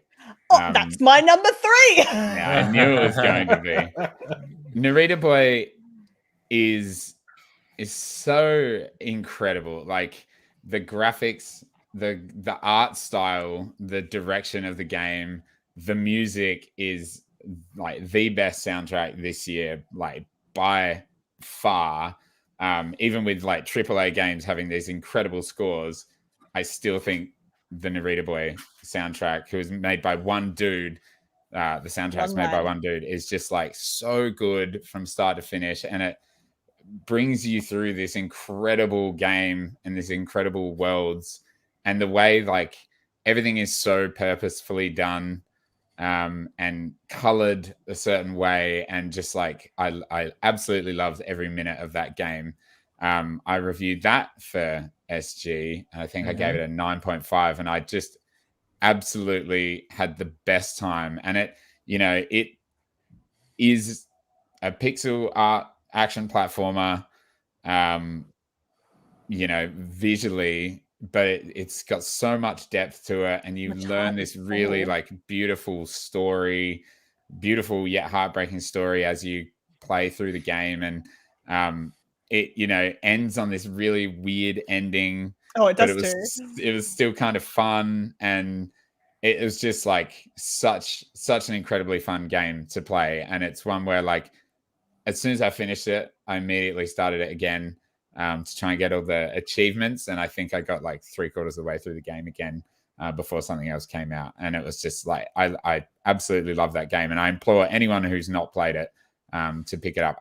It's on Game Pass for Xbox and PC. So such a good game. Like I put it in number 3 because every moment, no matter what it was, walking into a new room, hearing like a new sound or a new like piece of music, or finding a new item, or just reading a new piece of dialogue, everything was so freaking cool. Like yeah, like I haven't experienced so cool. that year. Like I haven't experienced anything this year or previous year, just that where everything is so cool. Like it tackles so many different themes as well throughout it. Like you're always experiencing some sort of like lane cliche in the coolest fucking way. Like, had the best time with every moment of that game. So, like, I also could not recommend it enough for anyone. Like, I hate that indie games don't get as much recognition, and that, like, obviously with all the good games and the AAA games and the AA games, like, it's hard for people to find, or for these sorts of games to market themselves as much. Obviously, they don't have anywhere near as much money, but I really wish more people had heard of Narita Boy and would play it, because it's just such a gem, such an absolute delight. I remember that game for the rest of my life. Like, I love it. And even like the design choice they went with to make it like look like a CRT TV, where it's like black around the edges and it's got scan lines, and like it's just every decision artistically that they made is just like so good. And you're right, it's so cool. The music feels cool to fight to. There's like, the way Narita Boy moves is cool. There's like all these like Technoblade, cool. Yeah, Servo horse, yeah. amazing. Like, Servo horse, yeah. The trichroma, and like it's like motherboard, and it's just such a cool game. And the music just drives it like through the whole thing. It is friggin' phenomenal. I'll tell you what though, when I played that game for the first time, because I played it on PC and I was at the servo horse section, which is like just a side scroller. You got to jump and duck and attack, and it forces you to move. And because I was playing in 60 FPS and it was meant to play at 30 FPS, my game was running double the speed. I was stuck there for so long before I realized I had to lock the frames so that the game would actually play slower, so that I could hit my inputs like in a timely manner to make it through. That was like, I was so infuriated at that part of the game until I realized I was a dumbass and I had to fix it. But it's still so good. So good. Yeah.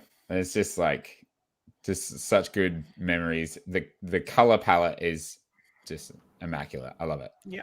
I did, after your review, I did start it. I forget, I'm maybe a couple hours in and then just got pulled away as usual, right? So I need to get back to it. I need to. Yeah. Give it a go. If you like synthwave and if you like 80s nostalgia, just like get stuck in. Yeah, I was digging it. And then I have no idea what else came out around that time. I'm sure it was something I had to do. Probably something huge. Probably Resident Evil, actually, I think. Yeah, I think it was, maybe. Oh, it might have been then. Yeah. Because I reviewed that. Yeah. Yeah. So good, though. All right. Well, that's my number 4 and Kat's my number 3. So going to you again, Ains. So my number 3 is Forza Horizon 5. Hey. So my 3 too. Is it? Okay. Yeah. That's my number 1. I knew it would be. Okay, yeah, I knew you were big on it. Yeah. Well, then I'll just say a quick few words, right? It's also it's only the second game I've ever given a 10 to. And of course, nice. For us, 10 doesn't mean perfect, of course. But it does mean kind of genre defining. And in my opinion, Horizon 5 is a genre defining game. It is, in my opinion, the most complete racing game ever made. It is just simply spectacular. Everything in that game, from the dynamics to the lighting to the world they build in Mexico to the car design to the modification. And outside of gaming, cars are kind of my like second passion. I grew up racing cars. My dad raced cars. I've had all sorts of different cars. And so I'm a big fan of just car culture. And that game just does a really good job at capturing that. And it's just phenomenal, man. Playground knocked it out of the park.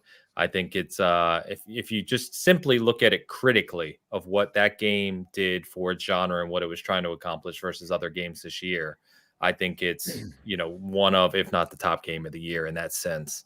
It's just fantastic game. Have you ever played a racing game where they try to go outside the box and do something fun, but it just comes off really lame? I don't have that much time, Steve. Yeah, quite a lot. Playground. Like you look at Need for Speed, and you're like, "Oh, we got to try this new thing," and it never fully works.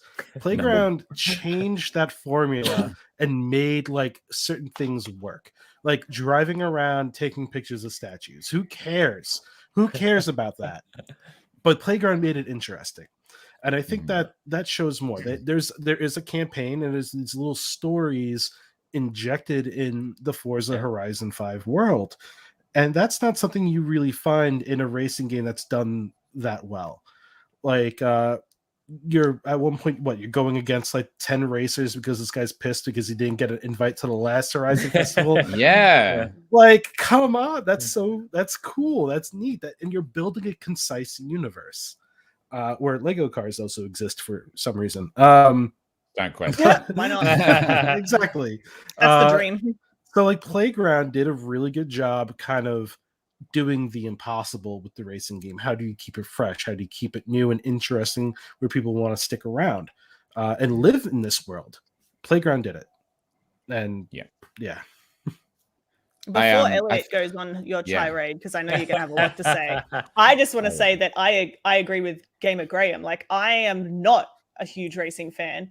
And I told Elliot many times before it came out, I was like, I'll give it a go for you, but I'm not going to really like it. I'm telling you now, like, I'll give it a go. But I did really like it. I spent a lot of time, like, especially when it first came out, like, just afternoon after afternoon, just heading in, doing races. Like, because it's not really my genre, obviously the longevity is a bit different for me, but I can definitely appreciate how fantastic the game is in like every way. I did not expect to have anywhere near that good of a time, and I absolutely love it. It is a really, really good game, and I still jump into it occasionally, even though it is just the complete opposite of the type of games I normally play. It's fantastic. And I got one more thing too. There's a social aspect to that game that I really like. Yes. And I hate all of you, by the way. The amount of times you guys have driven me off the road. Oh my God. Every time Elliot bounces me off the road, I get so angry. But every time I finish a race and I beat you, I'm like, fuck you, you fucking idiot. You suck and I'm the best. I have pictures of Ainsley just hitting me just so you can win the race the last second. I'm like, I know it's not you. But I know people were like posting clips of me on Twitter, like, Ainsley, you're an asshole out here. I'm like, sorry. That's my like really, really immersive in the dumbest way, because I know it's not you. But I fucking hate you when you push me off the road, and I laugh when I beat you, even though it's not really you. It's so good. And one crazy thing, not to get kind of emotional about that Drivatar system too, that is really neat, because I know we've seen articles on this, but if you're not familiar, one of the guys at Iron Lords died early this year from COVID. And he was a good friend to, obviously a very close friend to the guys over at the Lords, but he was a good friend of mine. We used to DM quite a bit, and it was a very sad moment. And when I started reviewing that game, I think it was like day 2, I was in a race and his car went by me because I'm still friends with him on Xbox Live. Yeah. And, you know, it's just, it was wild at the time to just kind of think to myself, oh, you know, there's Dizzy. Oh, you know, it just kind of hit me weird, but it was really neat to see that still there. It almost, I don't know. I don't even know how to explain it, but it was something. Yeah. Yeah. Steve, I think going off what you said, like Need for Speed, I find almost it's always too angsty, or it's always too edgy, or it's trying to be cool. Whereas I find what Horizon does so well is it doesn't take itself seriously. And it's cool because of it. Yeah, right? Like the characters in the game are dorky and they're a bit stupid sometimes. And like, you know, they have fun with it. Even like the radio hosts are just like, you know, having fun. They're not being serious. And I think that is kind of what gets it past that point of being like, oh, I don't care about a story in a racing game. I just want to race. It's like every time you do something, and this is the same for Horizon 3 and 4, but every time you finish something new unlocks. Or every time you do a race, you know, there's new things that you're unlocking, or there's a new car that you've got, or there's a wheel spin. And like, it's just this constant like dopamine hit. Yeah. Mm-hmm. With Horizon 5, especially because like they've taken everything from 4 and just made it better. Like it looks better. The seasons are back, but they're a little bit different because it's, you know, an equatorial place. And so there's, weather systems and, storms, and the stories are different. Although I have a qualm that there's no drift stories, but I'm sure that will come later on. I do love to drift. I love to drift in that game. And then, like I've put almost 60 hours into that game already, and my map is still covered in things that say new and things that I just haven't delved into because I've, been doing, I might spend an afternoon or an evening just playing road racing races and, do up a certain car so I can get the seasonal events. And there's just this constant gratification, and it's so well delivered and everything. Like, if you want to play multiplayer, you can play multiplayer. If you want to just play single player, which most of the time I do, I'm playing single player. And then like there's the seasonal objectives, which give you that kind of carrot to come back once a week or come back a few times a week. And it is just, the presentation and the quality is like, nearly unmatched, industry wide. They did have a recent patch that caused issues for like infinite loading and stuff, but they've since fixed it already. So, but even at launch, it was so well polished. The intro of that game is just like bananas. You're dropping out of planes, and you just, the way they just throw you into this world and say like, go have fun, is the reason why it is just so addictive. And so it's just fun. It's just like, it doesn't take itself seriously.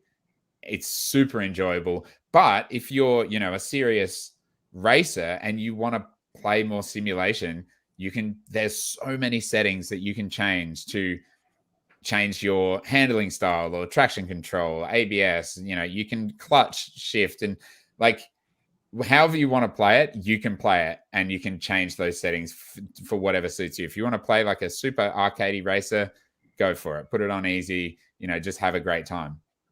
And it is just the most enjoyable thing. I didn't play it for like a couple of weeks when Halo came out, and I went back to get my seasonals, and I was just like, my God, this game looks so good. It is ridiculous how good that game looks. It is stunning on Xbox Series X, and I cannot wait to see what Playground do with Fable, because that team, they have such pedigree now. And Horizon 3 and 4 are like two of my favorite games of all time, but this has topped them as well. It's incredible. I love it. And let's not forget they won the award for accessibility as well. Yeah. Oh yeah. Yeah. Because I mean, you've seen all sorts of videos of people who unable to play 99.9% of games, but they can still enjoy themselves in Horizon, and that's amazing. What did I see? It's even got sign language interpreters. Yes, I wrote that. I don't know if the update's out yet, but I was talking to this about you when we were talking about the Game Awards for accessibility, that they're bringing in an interpreter for every on-screen dialogue. That's awesome. To just be in the corner doing the sign language. That is a lot of work. That's a lot of recording. Whoever's doing that, damn, they're going to be tired. That's a wicked workout. But wow, like that's incredible. You never ever see anything like that in games. And it was another game that, like, it was heavily rumored, leaked, you may say, but it was announced at E3 and it released in November. And like they had heaps of they had like a weekly or monthly stream where they showed like heaps of features. They, are very community focused. It was just announced and released in such a good way. I think that is like so nice to see. And it was the same with Guardians. It's like none of this fluff, and fair enough. Like it is an iteration on 4, but the improvements are there. It's not like it's just a Mexican skin on 4. Yeah. It is a completely new game, but with all the good stuff and from the previous game. And it's got like 500 cars or something like that as well. So like, they did not screw around, and it was a 3-year development turnaround from the last game. They won best audio as well, right? Yeah. And the audio is, we've spoken about that as well, Kat. But I have been considering my number one, but I was like, no, this is my game of the year, absolutely by far. It's just a joy. Beautiful. Nice. How lovely. Lovely. So it was both of you guys number 3? Yep. Beautiful. Me and Steve were 3 and Elliot 1. Yep. That's amazing. That's so good. So Elliot, what's your number 3? Oh, right. Yeah, because yours was Narita Boy. Oh my God. I'm so confused. I'm like, wait a minute. Keep speaking. It's like bloody it's the Elliot show. Just got a triple skip in Yeah. my number 3 is my number 3 is The Artful Escape. Oh, nice. I knew this was going to be on your list. Yeah. I knew it. This was like battling in my head between Narita Boy and The Artful Escape. It was really hard because I love Narita Boy, but there's just something about The Artful Lost Escape. Forever said they just started playing that because of you mentioning it. Yeah, on the music episode. Absolutely play it. It's like 4 hours of pure joy. I think that might be the theme of my games this year as well. Is like they just bring me so much joy. As someone who's a musician, I just found this game being about music just so it made me super happy. Again, it's like almost a sci-fi. Well, it is sci-fi, and it's that doesn't make any sense like sci-fi. It's just a giant hallucination essentially, and it is beautiful from the start to the finish. And everything about it was super fun. The fact that you can just hold down a button to play a guitar solo throughout 90% of that game is pretty much that should allow it to be in the top 5. It's super ridiculous. The battles, all you're really doing is running from left to right. Yep. You talk to a couple of, NPCs, you play guitar solos, and then every now and again you get to do a boss battle, which is just like Simon says, essentially. Like you're just pressing the buttons in the same way that the boss pressed them. But those moments are so cool because they're just a guitar battle and it's super enjoyable. The ending, the final boss fight, it goes so long and it's just so epic. Like everything about it gets more and more epic. It's on this stage that's just in some nebula, and there's just it's the most insane stage, and there's this huge crowd in front of it, and it's just bananas, and it was so fun from start to finish. And I had a joyous time. And again, it's on Game Pass. It's 4 hours out of your life, and you won't forget it. The art direction in that game is staggering. I don't know who came up with the stuff in that game, but it's pretty amazing. Did you play it, Ainsley? Yeah, I didn't finish it. I'm it's one of those games I'm 90% of the way through, and I just haven't done the last hour, or 30 minutes, and it's I just need to sit down and do that. I haven't, but I played most of it, and you said it, it's just a joy. It's a simple play, but it makes you laugh. It's got a good sense of humor, and it's a visual spectacle. And you're right, I would just be running. All of a sudden, I'm like, all right, I'm holding A, and you just start jamming out, and it's just great. It's amazing. The musician aspect too. What do you play, by the way? I play keys mostly, but I do a lot of electronic music production stuff. So keys are my main instrument.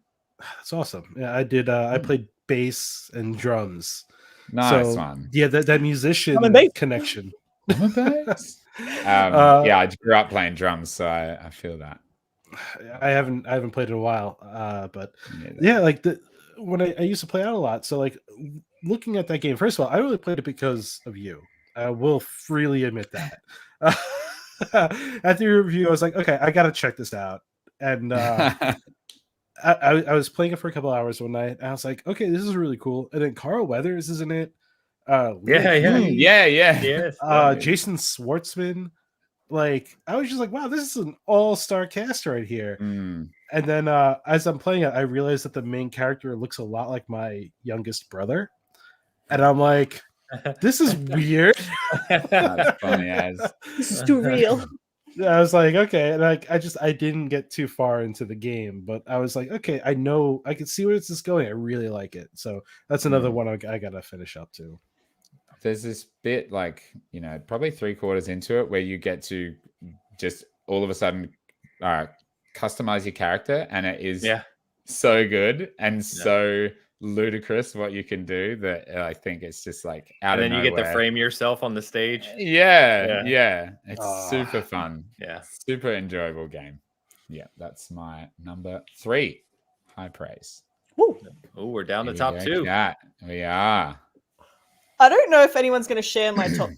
I think they're a bit different from the general consensus because I'm special. No, I just don't think they're really high rated for a lot of people. But my number 2, Elliot, you probably won't be surprised, is Monster Hunter Stories 2, Wings of Ruin. God, did I spend a lot of my time playing that this year. Oh my God. What an absolute delight. I forgot how, it came out in, I think, July, like at the start of July. It was the middle of the year. And I played the short little demo for the game, like a week before it came out or whatever. I forgot at that point in my life, for some reason, I had forgotten how purely enjoyable video games can be. And I played that demo and I was like, this is joy. This is what I need in my life. And then I immediately went and bought the game, and God, I spent so long in there just running around, hatching my little eggs, just like the basest of joy for me. Getting eggs, collecting tons and tons and tons of eggs, fill up my little 12 slot egg carton and take them home and hatch them. There's my eggs. Like, I just had so Been much a theme fun. on the podcast like all year. So it's like eggs thing. Gotta get my eggs in my game. God, what an amazing game. The story was like so surprisingly good. All of the areas so surprisingly good. Like, I was never bored. I was never like, man, I'm doing a lot of fights. I was always having a fantastic time. It's so long, like a lot longer than I expected. And it went from being a game where I was like, Monster Hunter Stories 2, I'm not going to play that. I only like Monster Hunter Stories World, or Monster Hunter Stories, like Monster Hunter or Monster Hunter World. And then I saw one person post a screenshot where they had an egg, and I was like, I'm giving it a go. I'm giving it a go. And I loved it. It's so good. Such a good game. And I really like the themes that it explores as well. Just in terms of like the narrative, it's just spot on the type of game that I really enjoy. Very sort of cliche story about, someone being labeled as bad, but that doesn't necessarily mean they're bad. And, nature versus nurture sort of arguments and stuff like that. And I just had a really, really good time with it. I played it nonstop for a few weeks. It was a really, really enjoyable time for me. But again, I know it's not everyone's thing. Exactly. Ecstatic about this game. So stupid. All year I've had stupid egg puns coming towards me because of this game, but I just love it. It's just love eggs. Love me some good eggs. Gamer Graham is also saying, someone call Ilu. No, don't call him, please. Monster Hunter lover. Don't do it. Don't do it. I love Monster Hunter. It is a running joke between me and Ilu because I don't like Monster Hunter. Ilu loves Monster Hunter. And it's just this running thing we have in our kind of core group where it's like anytime Monster Hunter comes up, it's a big thing. A little bit of a tussle there. Look, I really did love World, and I had absolutely zero interest for Rise. And then when I saw Stories 2, I also thought I had zero interest, but it's just a very different game type. A couple of weeks ago, Elliot and I were talking about how, what games would we like to see a spin-off in a different style? And that's like what Monster Hunter Stories 2 is, like a little kind of different spin-off from the main Monster Hunter that everyone knows and loves. And I just had a purely enjoyable time in it. There was no standout visuals or sound, or like the narrative was pretty normal for what you'd see in a game. Everything was just good, but it was really fucking good. Loved it. Very, very good. Okay. Getting down to brass tacks here. Ains, number 2. Number 2. So number 2 for me is Psychonauts 2. Psychonauts 2 was my game of the year until the obvious one, sitting at number 1 for me. I think that Psychonauts 2 is incredible in a lot of ways. It is a sequel to a game that came out like 17 years ago, right? That fans like myself have been clamoring for forever. And it managed to hit all the notes, in my opinion, that fans like myself wanted from that game. It also managed to create a platformer as a platforming game that is one of the greatest ever created, in my opinion. I mean, if you think about all the greats from the Marios to the Banjos, etc., and everything that's way up there on people's lists, I think Psychonauts 2 is right up there with them. And then on top of that, it showed creativity that is, you know, you could hand me as many drugs as you want, and I would never be able to come up with the levels in that game. You just, it's absolutely amazing what Schaefer and his team come up with. And to turn that, right, the creativity and the imagination and the beauty and the colors and everything else that goes into that game, and then to turn that into a message every step of the way on mental health, and, you know, how certain things impact people and relationships and love and just all of these things. It's just an absolutely remarkable game. And it's a goddamn crime that it didn't win a game award. It's just maddening to me. So this was my game of the year up until the obvious one. I gave it a 9.5. It's one of the highest rated games of the year. In fact, I think it's the second highest rated game of the year behind Forza Horizon 5 officially, like on the meta sites. And it's just, it deserves all the praise it gets. And I'm so thankful. This is one of the ones, and I mentioned this earlier today, that this game doesn't exist without Xbox's acquisition. It just doesn't. It was a crowdfunded game on Fig, and Tim Schafer himself has said that this game would have looked very different if they didn't have the time and funding from the acquisition. And I'm just thankful for it. I'm thankful this game exists. I 100%ed it. And, you know, I just can't wait to one day, a couple years down the road, revisit it again and relive it, because it's incredible. Nice. Yeah. I'm in the middle of it, which is why it's not on my list. But you nailed it, man. Like, there's so many themes in that game and concepts and ideas that, like, it almost dives straight into your own brain. It makes you think about the way you act and the way you perceive things. It's very rare for a game to make me think about thinking, if that makes sense. Yeah. It's a beautiful game. It's hysterical. Like, it is so funny. The writing is so witty. Sorry, Steve, not to interrupt you, but a lot of people talked about It Takes Two winning game of the year, and I thought It Takes Two is a fantastic game in its own right. But I said the one differentiator for me with Psychonauts 2 is the writing is much more. This sounds like I'm making a cut at It Takes Two, and I'm not trying to, but it's much more intelligent. It's much more witty and deeper than It Takes Two, and that's one of the things I really love about it too. There's the scene specifically that I thought was hysterical. Was the scene in, I think it was Brule's head with the cooking show. Oh, brilliant. Yeah, fantastic writing. And it's like one of those things where, like, when you see it, you kind of, this is my Inscription moment, I guess. When you see it in that game, you just start laughing uncontrollably because it's so ridiculous. It's so funny. And this one little line it got me. And, like, if you play this game and you don't laugh at something, there's something wrong with you. like full blown. If you don't at least chuckle a handful of times, it's I can't do anything for you. Like, it's got a heart. That's the big thing. Yeah, I think as you continue, like, it's one of those games too that it just gets better. Like, it just gets better, and every level you're like, they can't top that, and then they do. And then, they can't create another level as crazy as that, and then they do, and it just keeps happening. It's great, man. Keep on it for sure. Oh yeah, I plan on beating this soon, hopefully.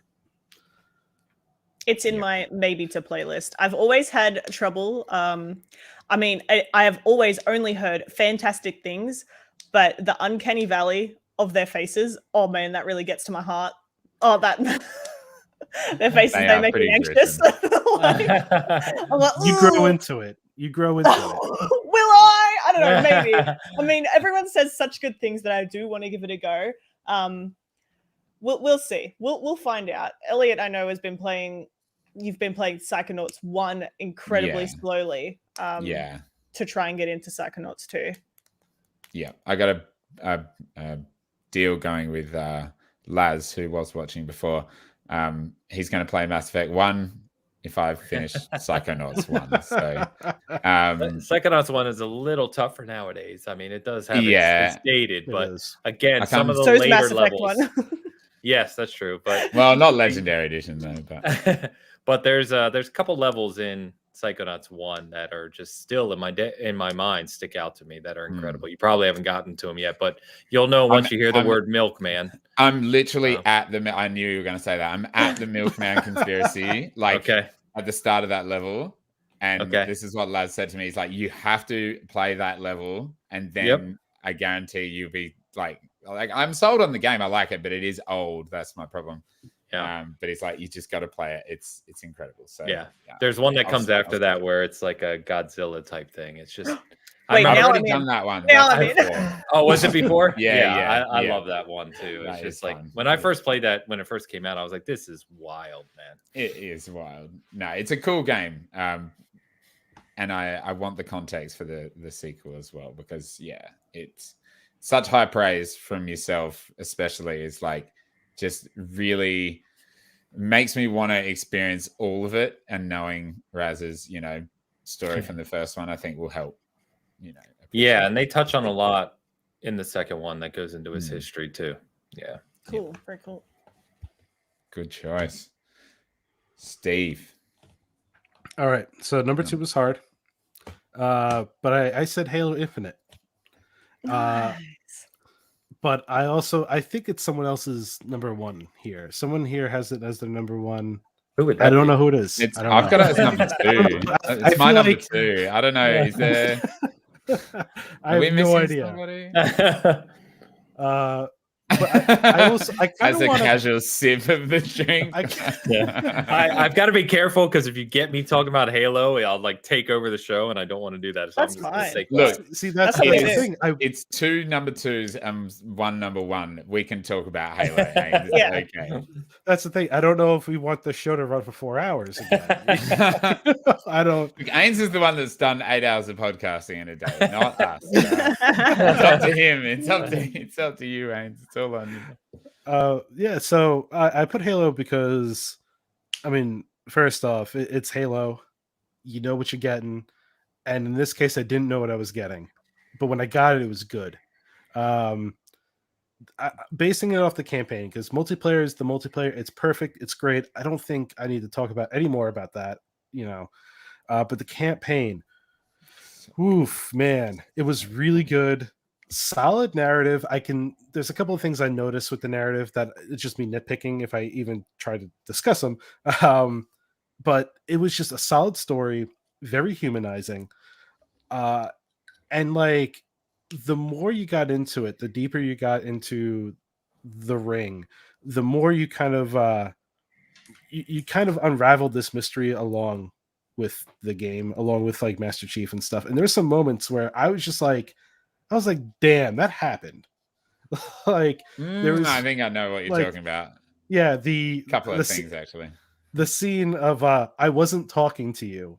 I was like, yeah, it's great. Bitch. Yeah. I was like, I went on Twitter. Be careful what you say about my girlfriend, all right? I went on Twitter and I said that, right? Because I didn't tag Halo. I needed to get it out somehow. My wife comes downstairs and she's like, so who are we hating on? And I had to pause the game and put it out and explained it to her. And she's like, oh, I thought this was a person. And I'm like, it is. It is a person. But it's a very personal story. It's great. I think it's a big step for 343 as a whole. Just because I think 4 and 5 Halo, like those are good Halos, but I don't think they landed as well as Infinite currently did to me personally. Right. The open world aspect was great. Even though every single vehicle I drive gets stuck between trees, the grappling hook is fantastic. Game changer.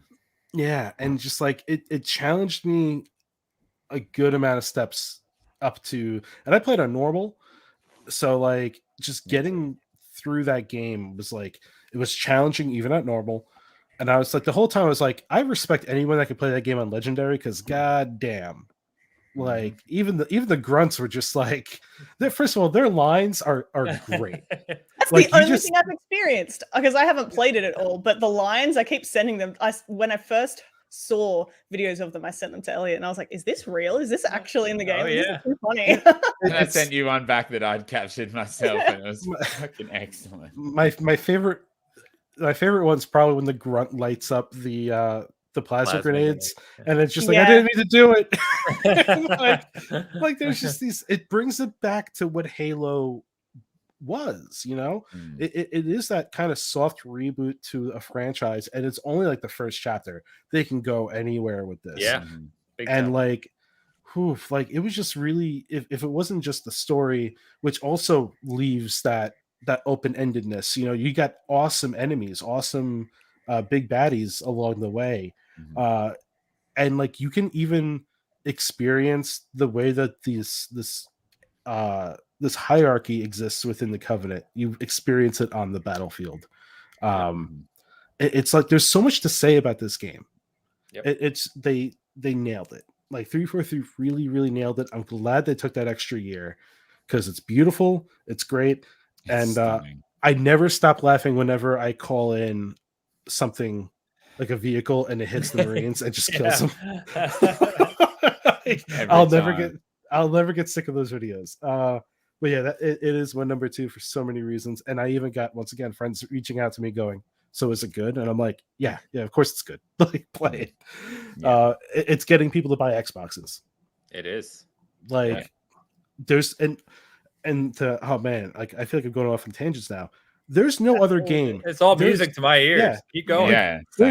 There's no other game that has this cultural effect to a point where I saw a video of a bunch. It was like 50 kids in a bathroom singing the intro to Halo. Oh, Yeah.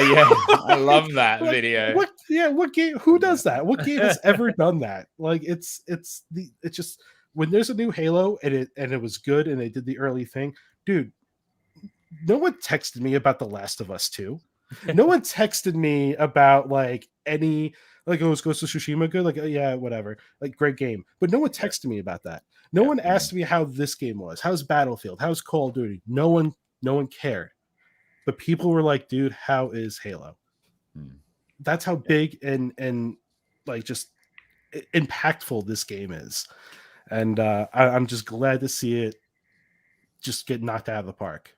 There's actually one thing I gotta do left on the map to 100% the map, and I don't want to do it because if I do that, if I do it, that means I have to finish the game or somewhat finish the fight.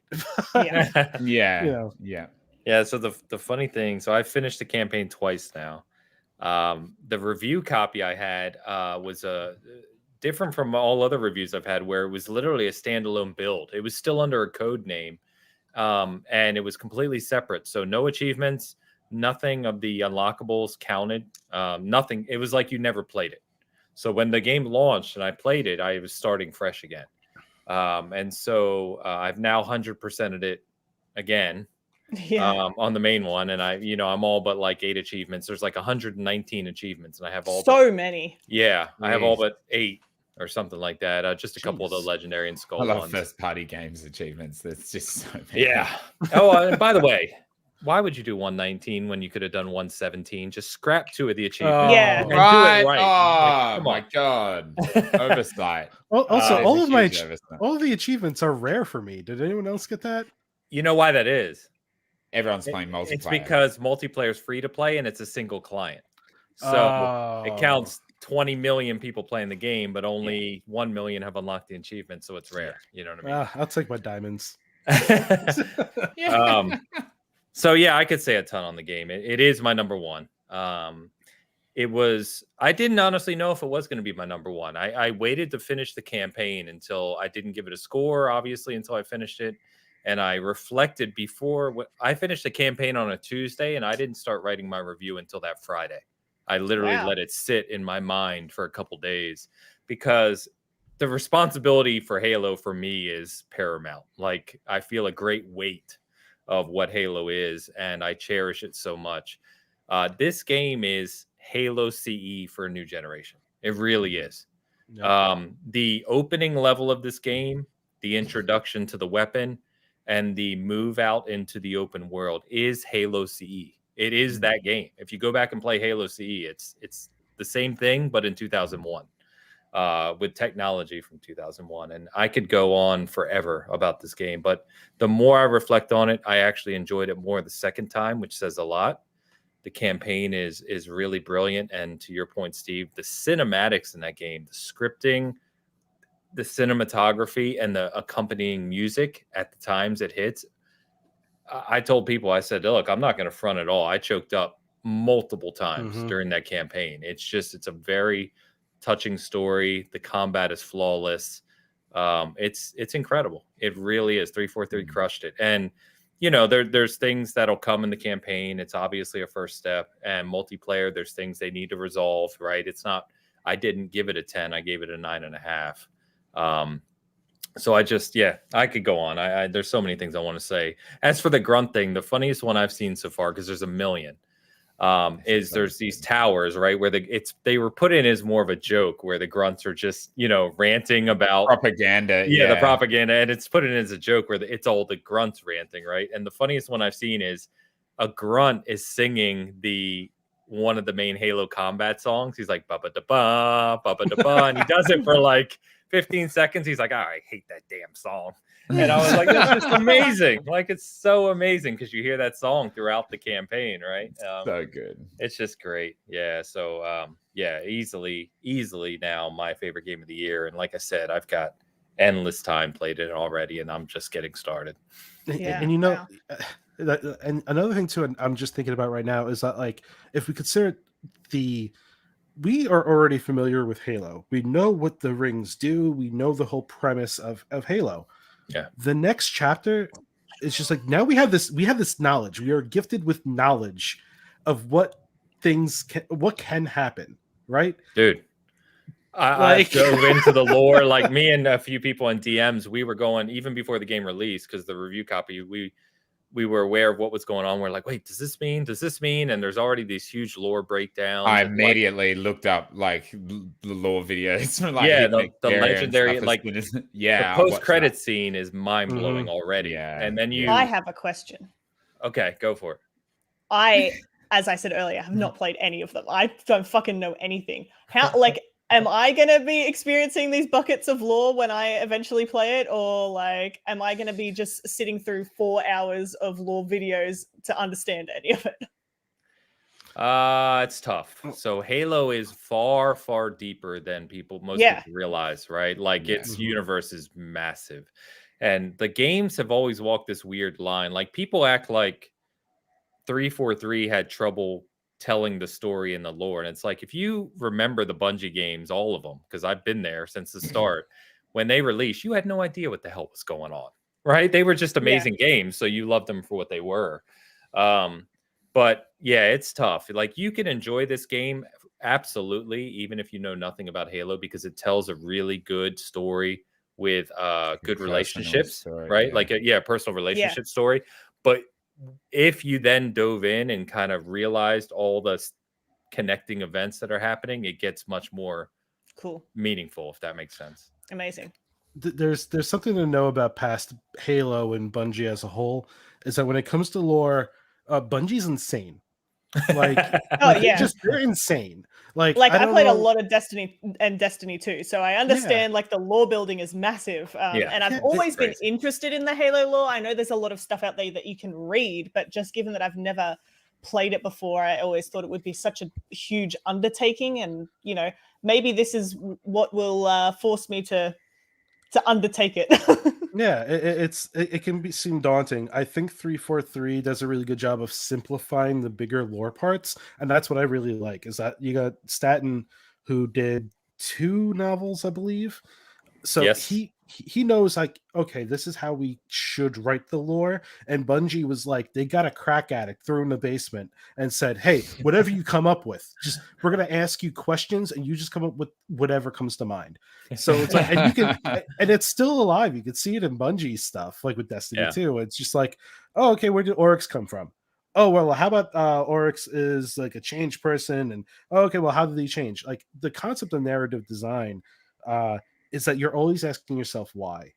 You know, you're always asking, where did this come from? How did this originate? And it's just like, it's like Inception, man. Bungie just went so far down. They listed, if there's a character that was like in a bathroom stall, you guarantee Bungie has a story for that guy.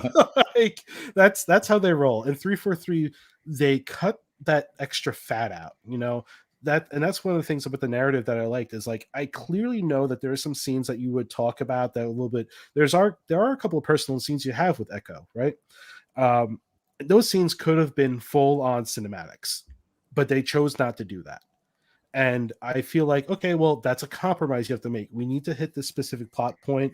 It's still impactful. It's still smart. It's great. We don't need a cinematic for it, understand, because right now we need to put the focus on Master Chief and what's going on in this moment. So like it was smart, it was great. I think they did the best they could with the narrative, which was great. It's great. It hit every note they needed to, and just knowing how it's going to go into Infinite Chapter 2, I guess. Yeah, there's so many directions they can go. Like it's going to be crazy. Yeah, but like I said, the post-credit scene is bonkers for what it means for the universe. So yeah, and like Ainsley, you said it really well in your review, but like the weapon is incredible. There is something about her, just her performance, and even the way they've animated her, that is just like she's so charming, and you care for her, even though you've literally just, you know, met her on the ring. And like how they can tell a personal story about, you know, a space marine with a helmet on all the time, and for his very minimal bits of dialogue to be so well performed, like, is really, like, it's quite something. Like there's a few lines where you know, Chief only says a few words, but they're really well performed, really well executed, and like there's so much subtext to like a sentence, and it's throughout the whole game. And like I played it and finished it on normal as well. I thought I'd played it for longer, but I went back and looked, and it only took me 10 hours because I just could not stop playing the campaign missions. Like I just could not put it down. I was like, I want to know what's next. I want to know what is happening in the story. I've since spent a little bit of time just in the open world, but like I'm kind of at that point where I'm like, maybe I'll just start it again and then explore everything while I'm still doing the main missions, because that main story, it just hooked me straight away, and I just wanted to know the answers to these questions like constantly, and it was so well delivered. There's a lot, you know, I love a game that ends with a shitload of questions, and that game definitely does that like in spades. It's so good. And like I got into Halo in a really weird way, like really late into it. I think I played ODST first and then Reach. 4 was before Infinite, my favorite Halo. Me too. And I read, before 4 came out, I read Cryptum, the other one, and whatever those 3 books are called, where it's like Born Stellar and the Direckt and stuff. And like that's what hooked me so much into 4, is because I had read these books that like explained all this stuff about the lore, and I just love the Forerunners. And the Forerunner structures in Infinite are brilliant, like nothing I've ever seen before. Like they are so reminiscent of Halo 1. These like very square corridors between bigger areas, but they're stunning, and the designs on the walls. And there's this like one scene near the end of the game where you're like walking through and then there's windows, which you hardly ever see in a Forerunner building. There's windows and you're looking out onto the ring and it's just like, oh my God, this is so beautiful. And it just really captures the Forerunners so well, because I know a lot of people were a bit like not happy with how the Forerunner technology kind of changed in 4, and visually it kind of got a bit of a change. And now it is like, it's back to what it looked like. And I don't have a horse in that race, but those structures are so stunning and they are so fun to do combat in, that it's heaven. It's so good. I think the sum up, because we've been talking Halo for a while now. To sum up, the easiest thing you can say about Halo Infinite to show how good of a Halo game is, the Halo community never agrees. Never. They just don't.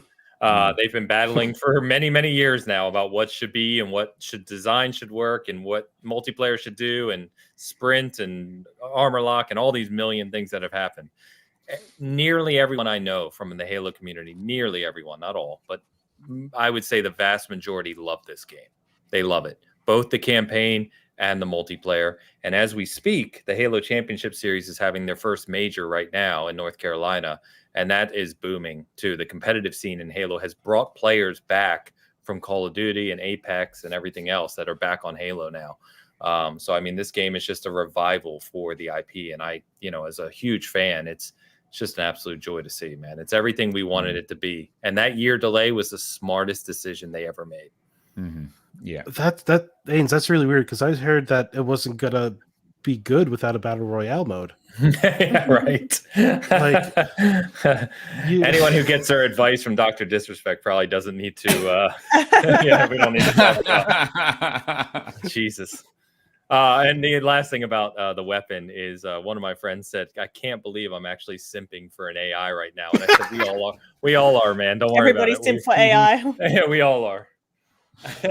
So good. One more thing. I love Master Chief's I'm getting too old for this shit, like, resonance. Like, isn't it beautiful? Oh no. Oh God, it's terrible. Hey, how come this is so bad? I've seen nothing but war. Like, the only time the guy takes a nap is like when he's thrown into space. Like, no one can touch him. He hibernated. That was it. Oh, that's so good. All right. Halo Infinite. What a game. Well, my number one, my number 2 is Halo. And so it's you, Kat. It's me. Number one. It's me for my number one. Look, I did ask you before we started recording if I could go by Jeff's year. I just realized. You just realized. Yeah. I wanted to go by Jeff's year because this game didn't fit in to last year's Game Awards, and no one remembered it since. It's been forgotten by time, but I think it really deserves a lot more attention. And my game of the year, which was released last year, is Immortals Phoenix Rising. I fucking love that game. What a good game. Everything about it. I said this about Narita Boy, about like how every second of it was just like pure joy. But like Immortals Phoenix Rising was pure joy. Every single second. The puzzles were always fun. The combat was always fun. The dialogue, even though it was dumb as, was always fun. Like, the narrative as a whole was fantastic. The animations were so joyful to watch. Every time I opened a chest, I was like, what am I going to do now? Kick it? Fucking slap the top before I open it up.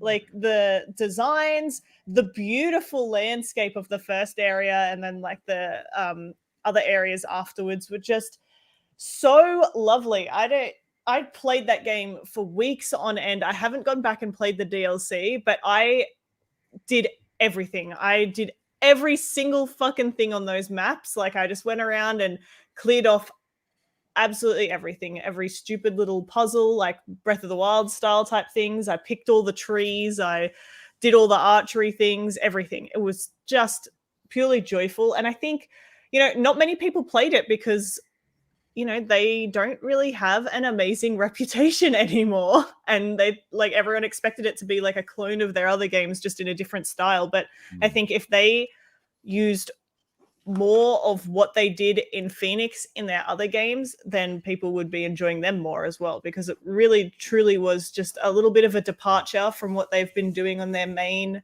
projects, and just a bit more fun, a bit more whimsical, and a bit more like, I don't know, something in it takes me back to like being younger and playing games. Like it's really, really good core gameplay and everything. I really cannot recommend it enough. Everything about it is beautiful, and not many people play it or enjoyed it that much. So good though, so good. It was my favorite of the Ubisoft titles from that year. Yeah, yeah. It was just. I know that Faz reviewed that for us, and she really loved it. And it was nice to see like Ubisoft actually shared our review and got a lot of press in that sense, which was really cool. Because I think, to your point, Ubisoft launched like 3 of their big games within like 6 weeks. And it just came out at a bad time. And it's another one of those games where most of the people I talked to who have played it loved it, but to your point, Kev, it just didn't get enough traction, in that sense, and it's a shame. And like I played Valhalla around it as well. Yeah. Valhalla was so fucking bad. I hated that game. I just could not get into it. It was so big, and like especially the climbing mechanics in the small amounts of time that I could use them were so bad. Like I could never go through a window or climb where I wanted.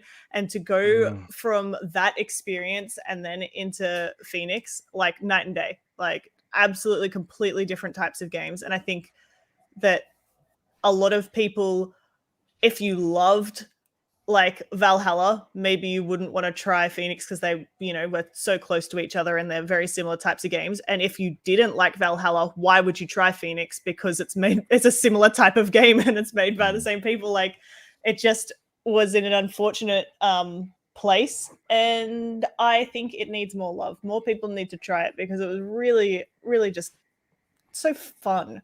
So fun. Nothing too deep. And then also like the Greek mythology, fantastic. Like so good. So good. Really loved it. Great choice. Love that curveball. Because I was thinking, what's Kat going to do for number 1? Forgetting that we'd had a conversation where you mentioned yeah. I didn't know, like when I put my top 5 games like next to each other, I had a really hard time figuring out, but like it was just like huge, massive, and so varied in its gameplay. I never got bored doing all of the different things. Like, I don't know, really, really, really good. It's such a shame that it wasn't more widely appreciated, but that's okay. Maybe people will pick it up in some sales in the future and realize that it's actually really great. Really, really great. And if you're on Stadia, it's one of the few things you can play, so... That's the only time I played it. I played it on a Stadia trial. The only time I've actually used Stadia. Yeah. Yeah. All right. Well, Ains, your number 1 obviously is Halo. So Steve, it's all you. All right. My number 1. Yeah. What beat out Halo? Death's Door. Okay. All right. Death's Door. Cool. Kind of similar to how Resident Evil is as a personal game.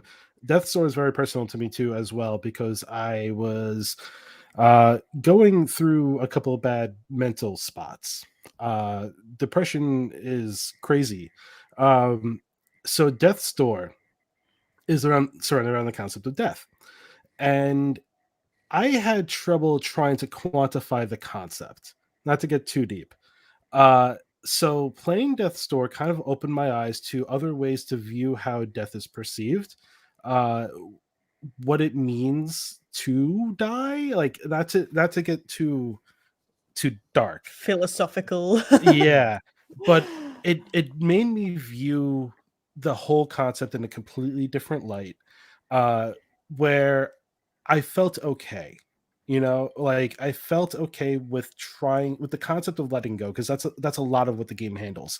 It's about letting go of what you built and leaving behind a legacy. And that's kind of what Death's Door helped me deal with, is dealing with trying to do as much as you can in your life, motivating yourself to build up something that you can be proud of, that you're okay with leaving behind. And that is kind of why that game hits my number one spot. It's the first of all, the gameplay is fantastic. The boss battles are amazing, great humor, great cast of characters. There's a boss fight that comes out of nowhere that's it's just awesome. It's stylistically, it is one of the coolest fights I've ever been in. It is difficult, it is challenging, it is rewarding, it is such fun.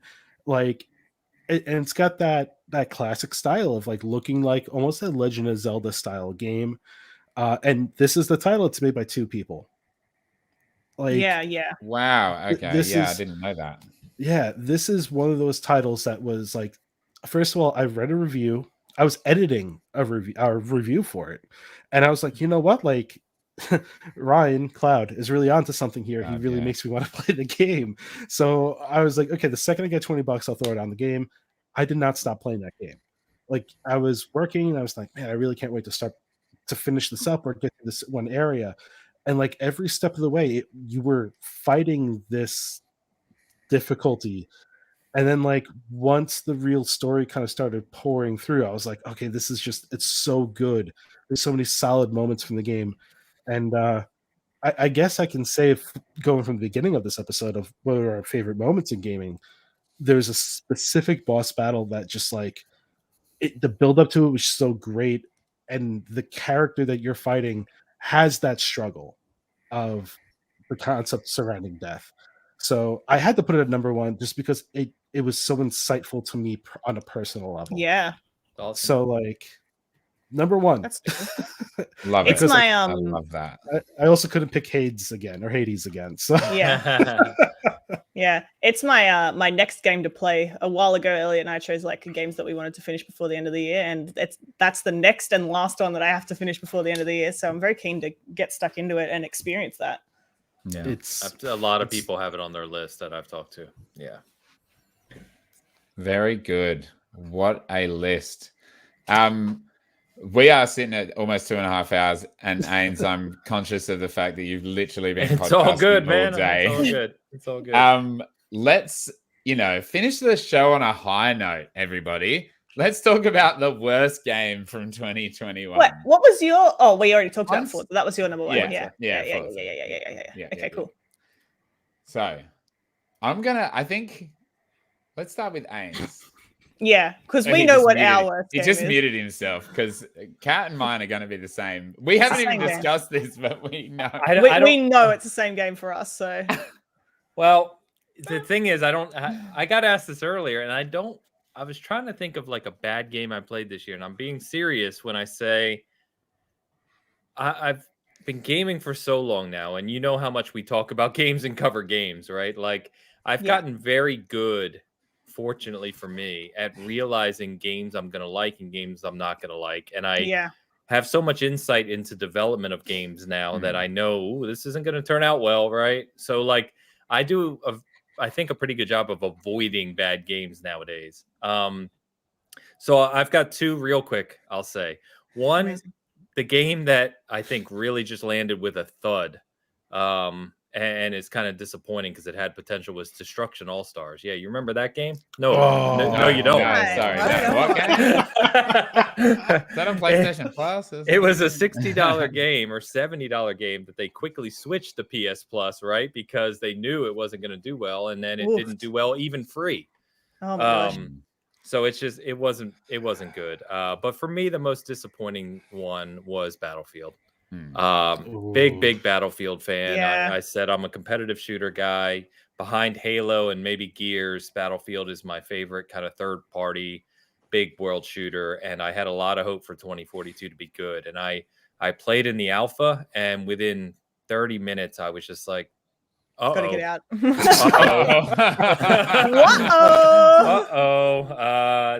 And that was maybe like 3 months from release. And I immediately told my friends privately, because you weren't allowed to speak about it, lower your hype for Battlefield. Like, trust me, this game's not ready. It's not ready. And then, the beta came, and lots of people who blew me off started to realize what was happening. And I said, I'm telling you. And it landed not too well. It's not doing that great. And it's one of those games where I wish, like Halo, they would have given the developers more time. It needs more time.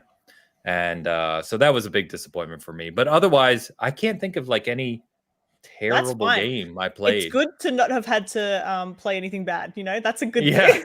There's no dust off Z. Steve. Yeah. You're gonna give Steve Gonna have a heart attack. Dust off. Steve. Oh my god. I'm still getting over the dust off comment. Hold on. I share the same sentiment with Ains. I see a game that I don't think looks good and I don't play it. Unless I have to review it, apparently. So it's gonna be Deer Simulator. I thought it was gonna be funny, ironically, and it was kind of like it wasn't even. I know the guy, whoever made it, it had to be one guy. I don't know. It seems like a game made by an AI.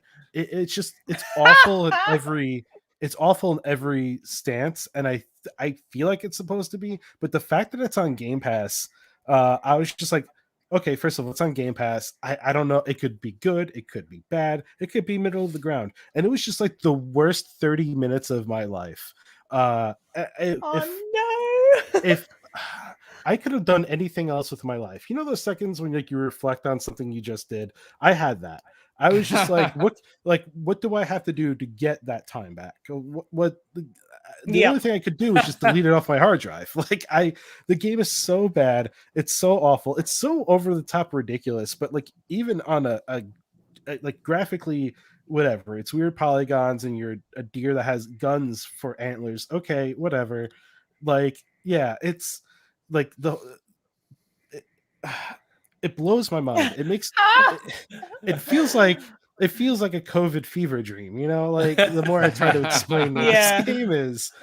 And it's like it's not even a game. I don't know what it's just like some guy was just like, I don't know, like I guess I had to fulfill a contract. Here's Microsoft. An idea I had.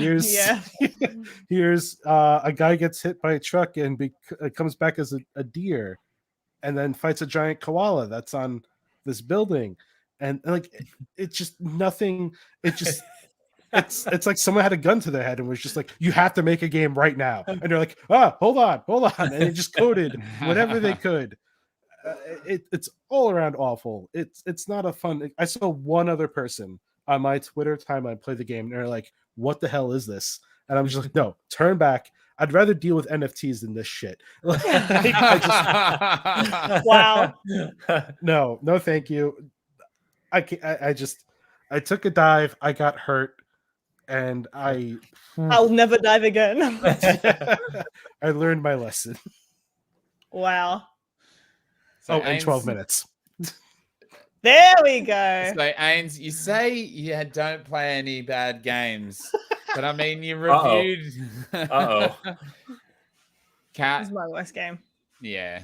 Oh, did you say 12 minutes? Yeah. What? That was such a divisive game. Like, that's my waste of time. I wish I could get that back. Oh my god. I didn't think I'd like it going into it. I was like, I don't know if I like that. Kind of cool idea, but I do not care for like the star power or anything in it. Like, whatever. Okay. And then here Elliot is. He's like, no, you have to play it. You're telling me, you're like, I'm like a couple of hours in. You've got to play it. I was enjoying it. I was enjoying it a couple of hours in. That was the worst time of my life. I told you it sucked, and you were like, no, you got to keep going. I did that for you, and it was the worst. And I betrayed you. I'm sorry. Oh my god, I don't know if I could ever trust anything you say about a game ever again. Because I don't know if I've ever had a worse time. Like, you know, wow. I freaking hated the Blair Witch game as well, but this is worse. Like this, wow. I can't believe I reviewed that made as well. Me enjoy. Like, I did the video for it. I can't believe you made me go through that. Like, I came to you halfway through that game and I was like, no, it's shit. And you said you have to finish it. And I put more hours into it. Yeah, because we needed to talk about how bad the ending is. And look, it's the whole game. In case anyone in the chat wants to ever play, I won't completely spoil it, but there are two twists, essentially. One of them doesn't even make sense. And like, I didn't mind the start of the game. I thought, oh, this is clever. You know, this is this is, I didn't think the acting was as great as it maybe it could have been or should have been. And then there were some points where I like kind of got stuck and I was like, oh, this is really annoying me. And then when I was editing the video for your review, Ains, I was like, one of the like bits of footage, I was like, oh, that's where that thing is. And I was like, cool. Okay. That gets me into the next step. And then once I did that, it kind of snowballed to the end of the game, but it made less and less sense as it went along. There's a huge plot hole that makes zero sense and completely nullifies any of the stuff you've already done. You're like, why? Yeah, the narrative. Why did I do any of this then? Like, it makes no sense. The ending doesn't make sense, and it just. And the more I thought about it, and I get actually angry now.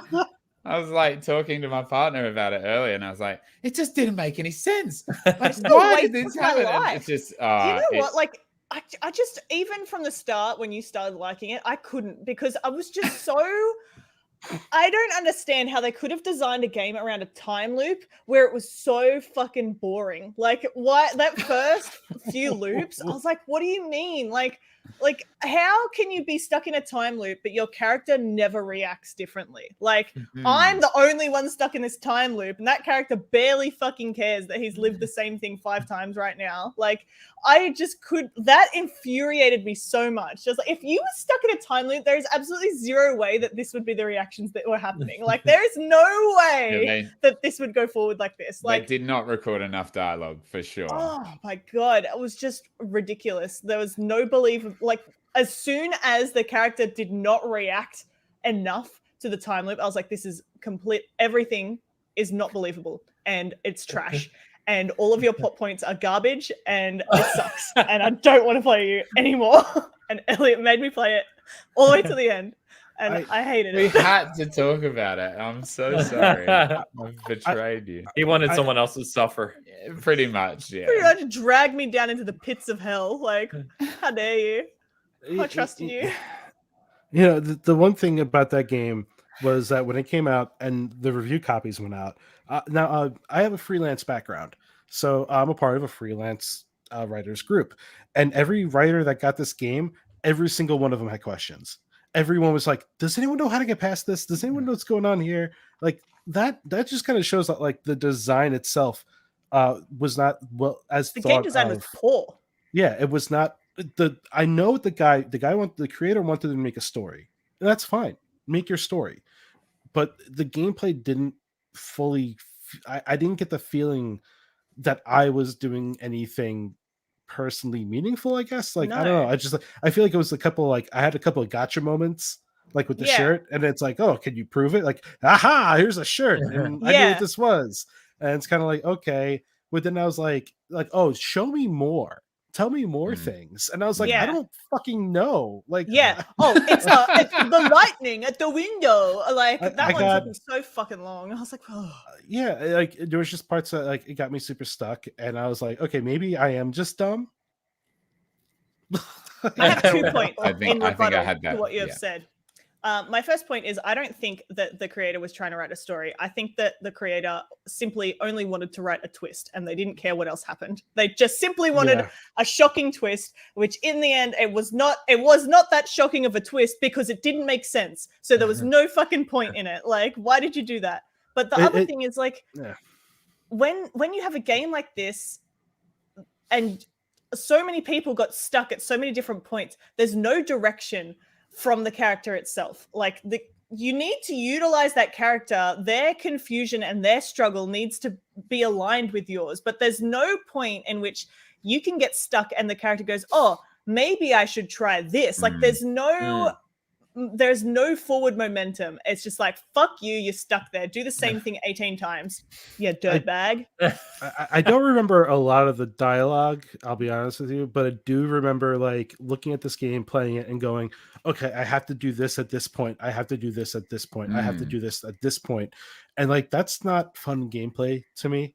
Like, it's just like, if I have if you stuff one of them up, you have to restart the loop. Yeah, like, to load in the room and be like, oh, I need to do this within this time. Oh, I fucked it up. Let me just walk out the front door so I can try again. Like the foe just shoot me in the face already. All right. Yeah. Is there a speed up button? Kill me. Listening to the dialogue over and over again. Oh my god. Like Leave me alone. I understand where they were coming from on this game. I just don't think it was executed. I think there should have been more. Maybe call it like 15 minutes. Like, can we just roll off the tongue a little? Give me just give me more time, man. And like just narratively, it's a mess. It's just a mess. Also, so many things that you could interact with that had zero meaning. And it was like, why? What's the point? I understand that you're trying to confuse someone and make like a compelling like puzzle narrative, but I wish that if something was interactable with, that there was like multiple ways to go about it, but there's really not. Like, you just have to do the one thing. Then there's no other choices, and just some of the things are absolutely useless red herrings for no reason. You know, it's like the antithesis, which I'm surprised that no one talked about, is Hitman. In Hitman, you can use everything in Hitman. You see something, everything has meaning in Hitman. Everything you look around, I can use this for something. I can use a quarter and bounce a quarter off someone's back, or let me throw a thing of pills. Like, there's so much interactivity in something like Hitman that when you get something like 12 minutes and there's that lack of utility. I understand that there's supposed to be red herrings and some things are supposed to throw you off, but when you have a game that's so already built around the tightness of keeping a schedule, which I cannot do for the life of me at all in my personal life, you can't expect me to do it in a game within 12 minutes. It does not flow that way. I can't talk about it anymore. I think that is so a solid discussion of that game. It's more than it deserves. Maybe 12 minutes. Guys, I liked Willem Dafoe. Did you? Listen, he's the only reason I played this game. I like him. Yeah, I just didn't think it was. So you can blame it on him. And he was billed as the father. That was the only character he was billed as, and I was like, "What? That makes even less sense to me." Like, oh my god, whatever. Wait for 24 minutes. No, no. All right, guys, thank you so much for all of your contributions, all your moments, all of your great game choices. Man, what a time. 2.5 hour podcast in a week for us, let alone Ains. Yeah, bless you. Bless you. Thank you guys so much for coming on. It really means a lot to have you both on the show. I know living in Australia and in the US is the most ridiculous time zone to ever get anything happening between. So I really appreciate you guys both making time. It means a lot. Season Gaming is absolutely the number one gaming website that people in the in the chat and watching this should go to get their reviews, to get their news. Ainsley, you are the most hardworking dude I know, not just in the gaming industry, but just in general. So tell people where they can find you if they don't already follow you, and check out your content. Yeah, thank you very much, guys. Cap, Elliot, it's been awesome, man. Great time chatting games. And a lot of positivity, save for 12 minutes. Yeah, so we had to yell about something, So no, I really enjoyed it. So thanks again for the invite. Hopefully, it doesn't take us as long again to get back together again. So, no, you already nailed it, man. Thank you for the kind words. Season Gaming is it. Obviously, that represents the three of us here, and I think. We've kind of been talking offline, right, around really want to do some bigger things in 2022. So just stay tuned, and you can find all of our information there. It's updated, and yeah, man, just thank you again. No worries. Links are all below as well in the description for your Twitters and obviously the website and YouTube channel as well. So people should definitely go check that out. Steve, what about you? Thank you so much, man. It's so good to have you on board. You're such an insightful dude. Even with COVID, you've managed to come in here and just be smarter than me an by Abdul such angel. a long. So thanks, Sam. What about you? Where can people find you? Well, first, I also want to thank you guys for having me. This is a great time. I love talking about games and stuff like this, especially when you got to let off a little bit of anger on 12 minutes. So people can find me. My handle literally everywhere is @agitated stove. If you ever see anyone with that handle, 9 times out of I've 10, always it's loved me. that handle, by the way. It was like half auto generated by Microsoft, funny enough. So you can find me there. On Twitter. Don't find me on Facebook, please don't. Nobody find anyone on Facebook, leave it alone. Just don't use it. Just don't use it. Stay off there. And much like Ian said, we're looking forward to a really good 2022. So once again, thank you guys for having me along. This is a blast. It's an absolute pleasure. Absolute pleasure. It's so nice to have some extra people on here to just enjoy the year of gaming that we've just had, which is pretty incredible. Kat, what about you? Where can people find you? You know where you can find me. You can find me at twitch.tv/CapCat.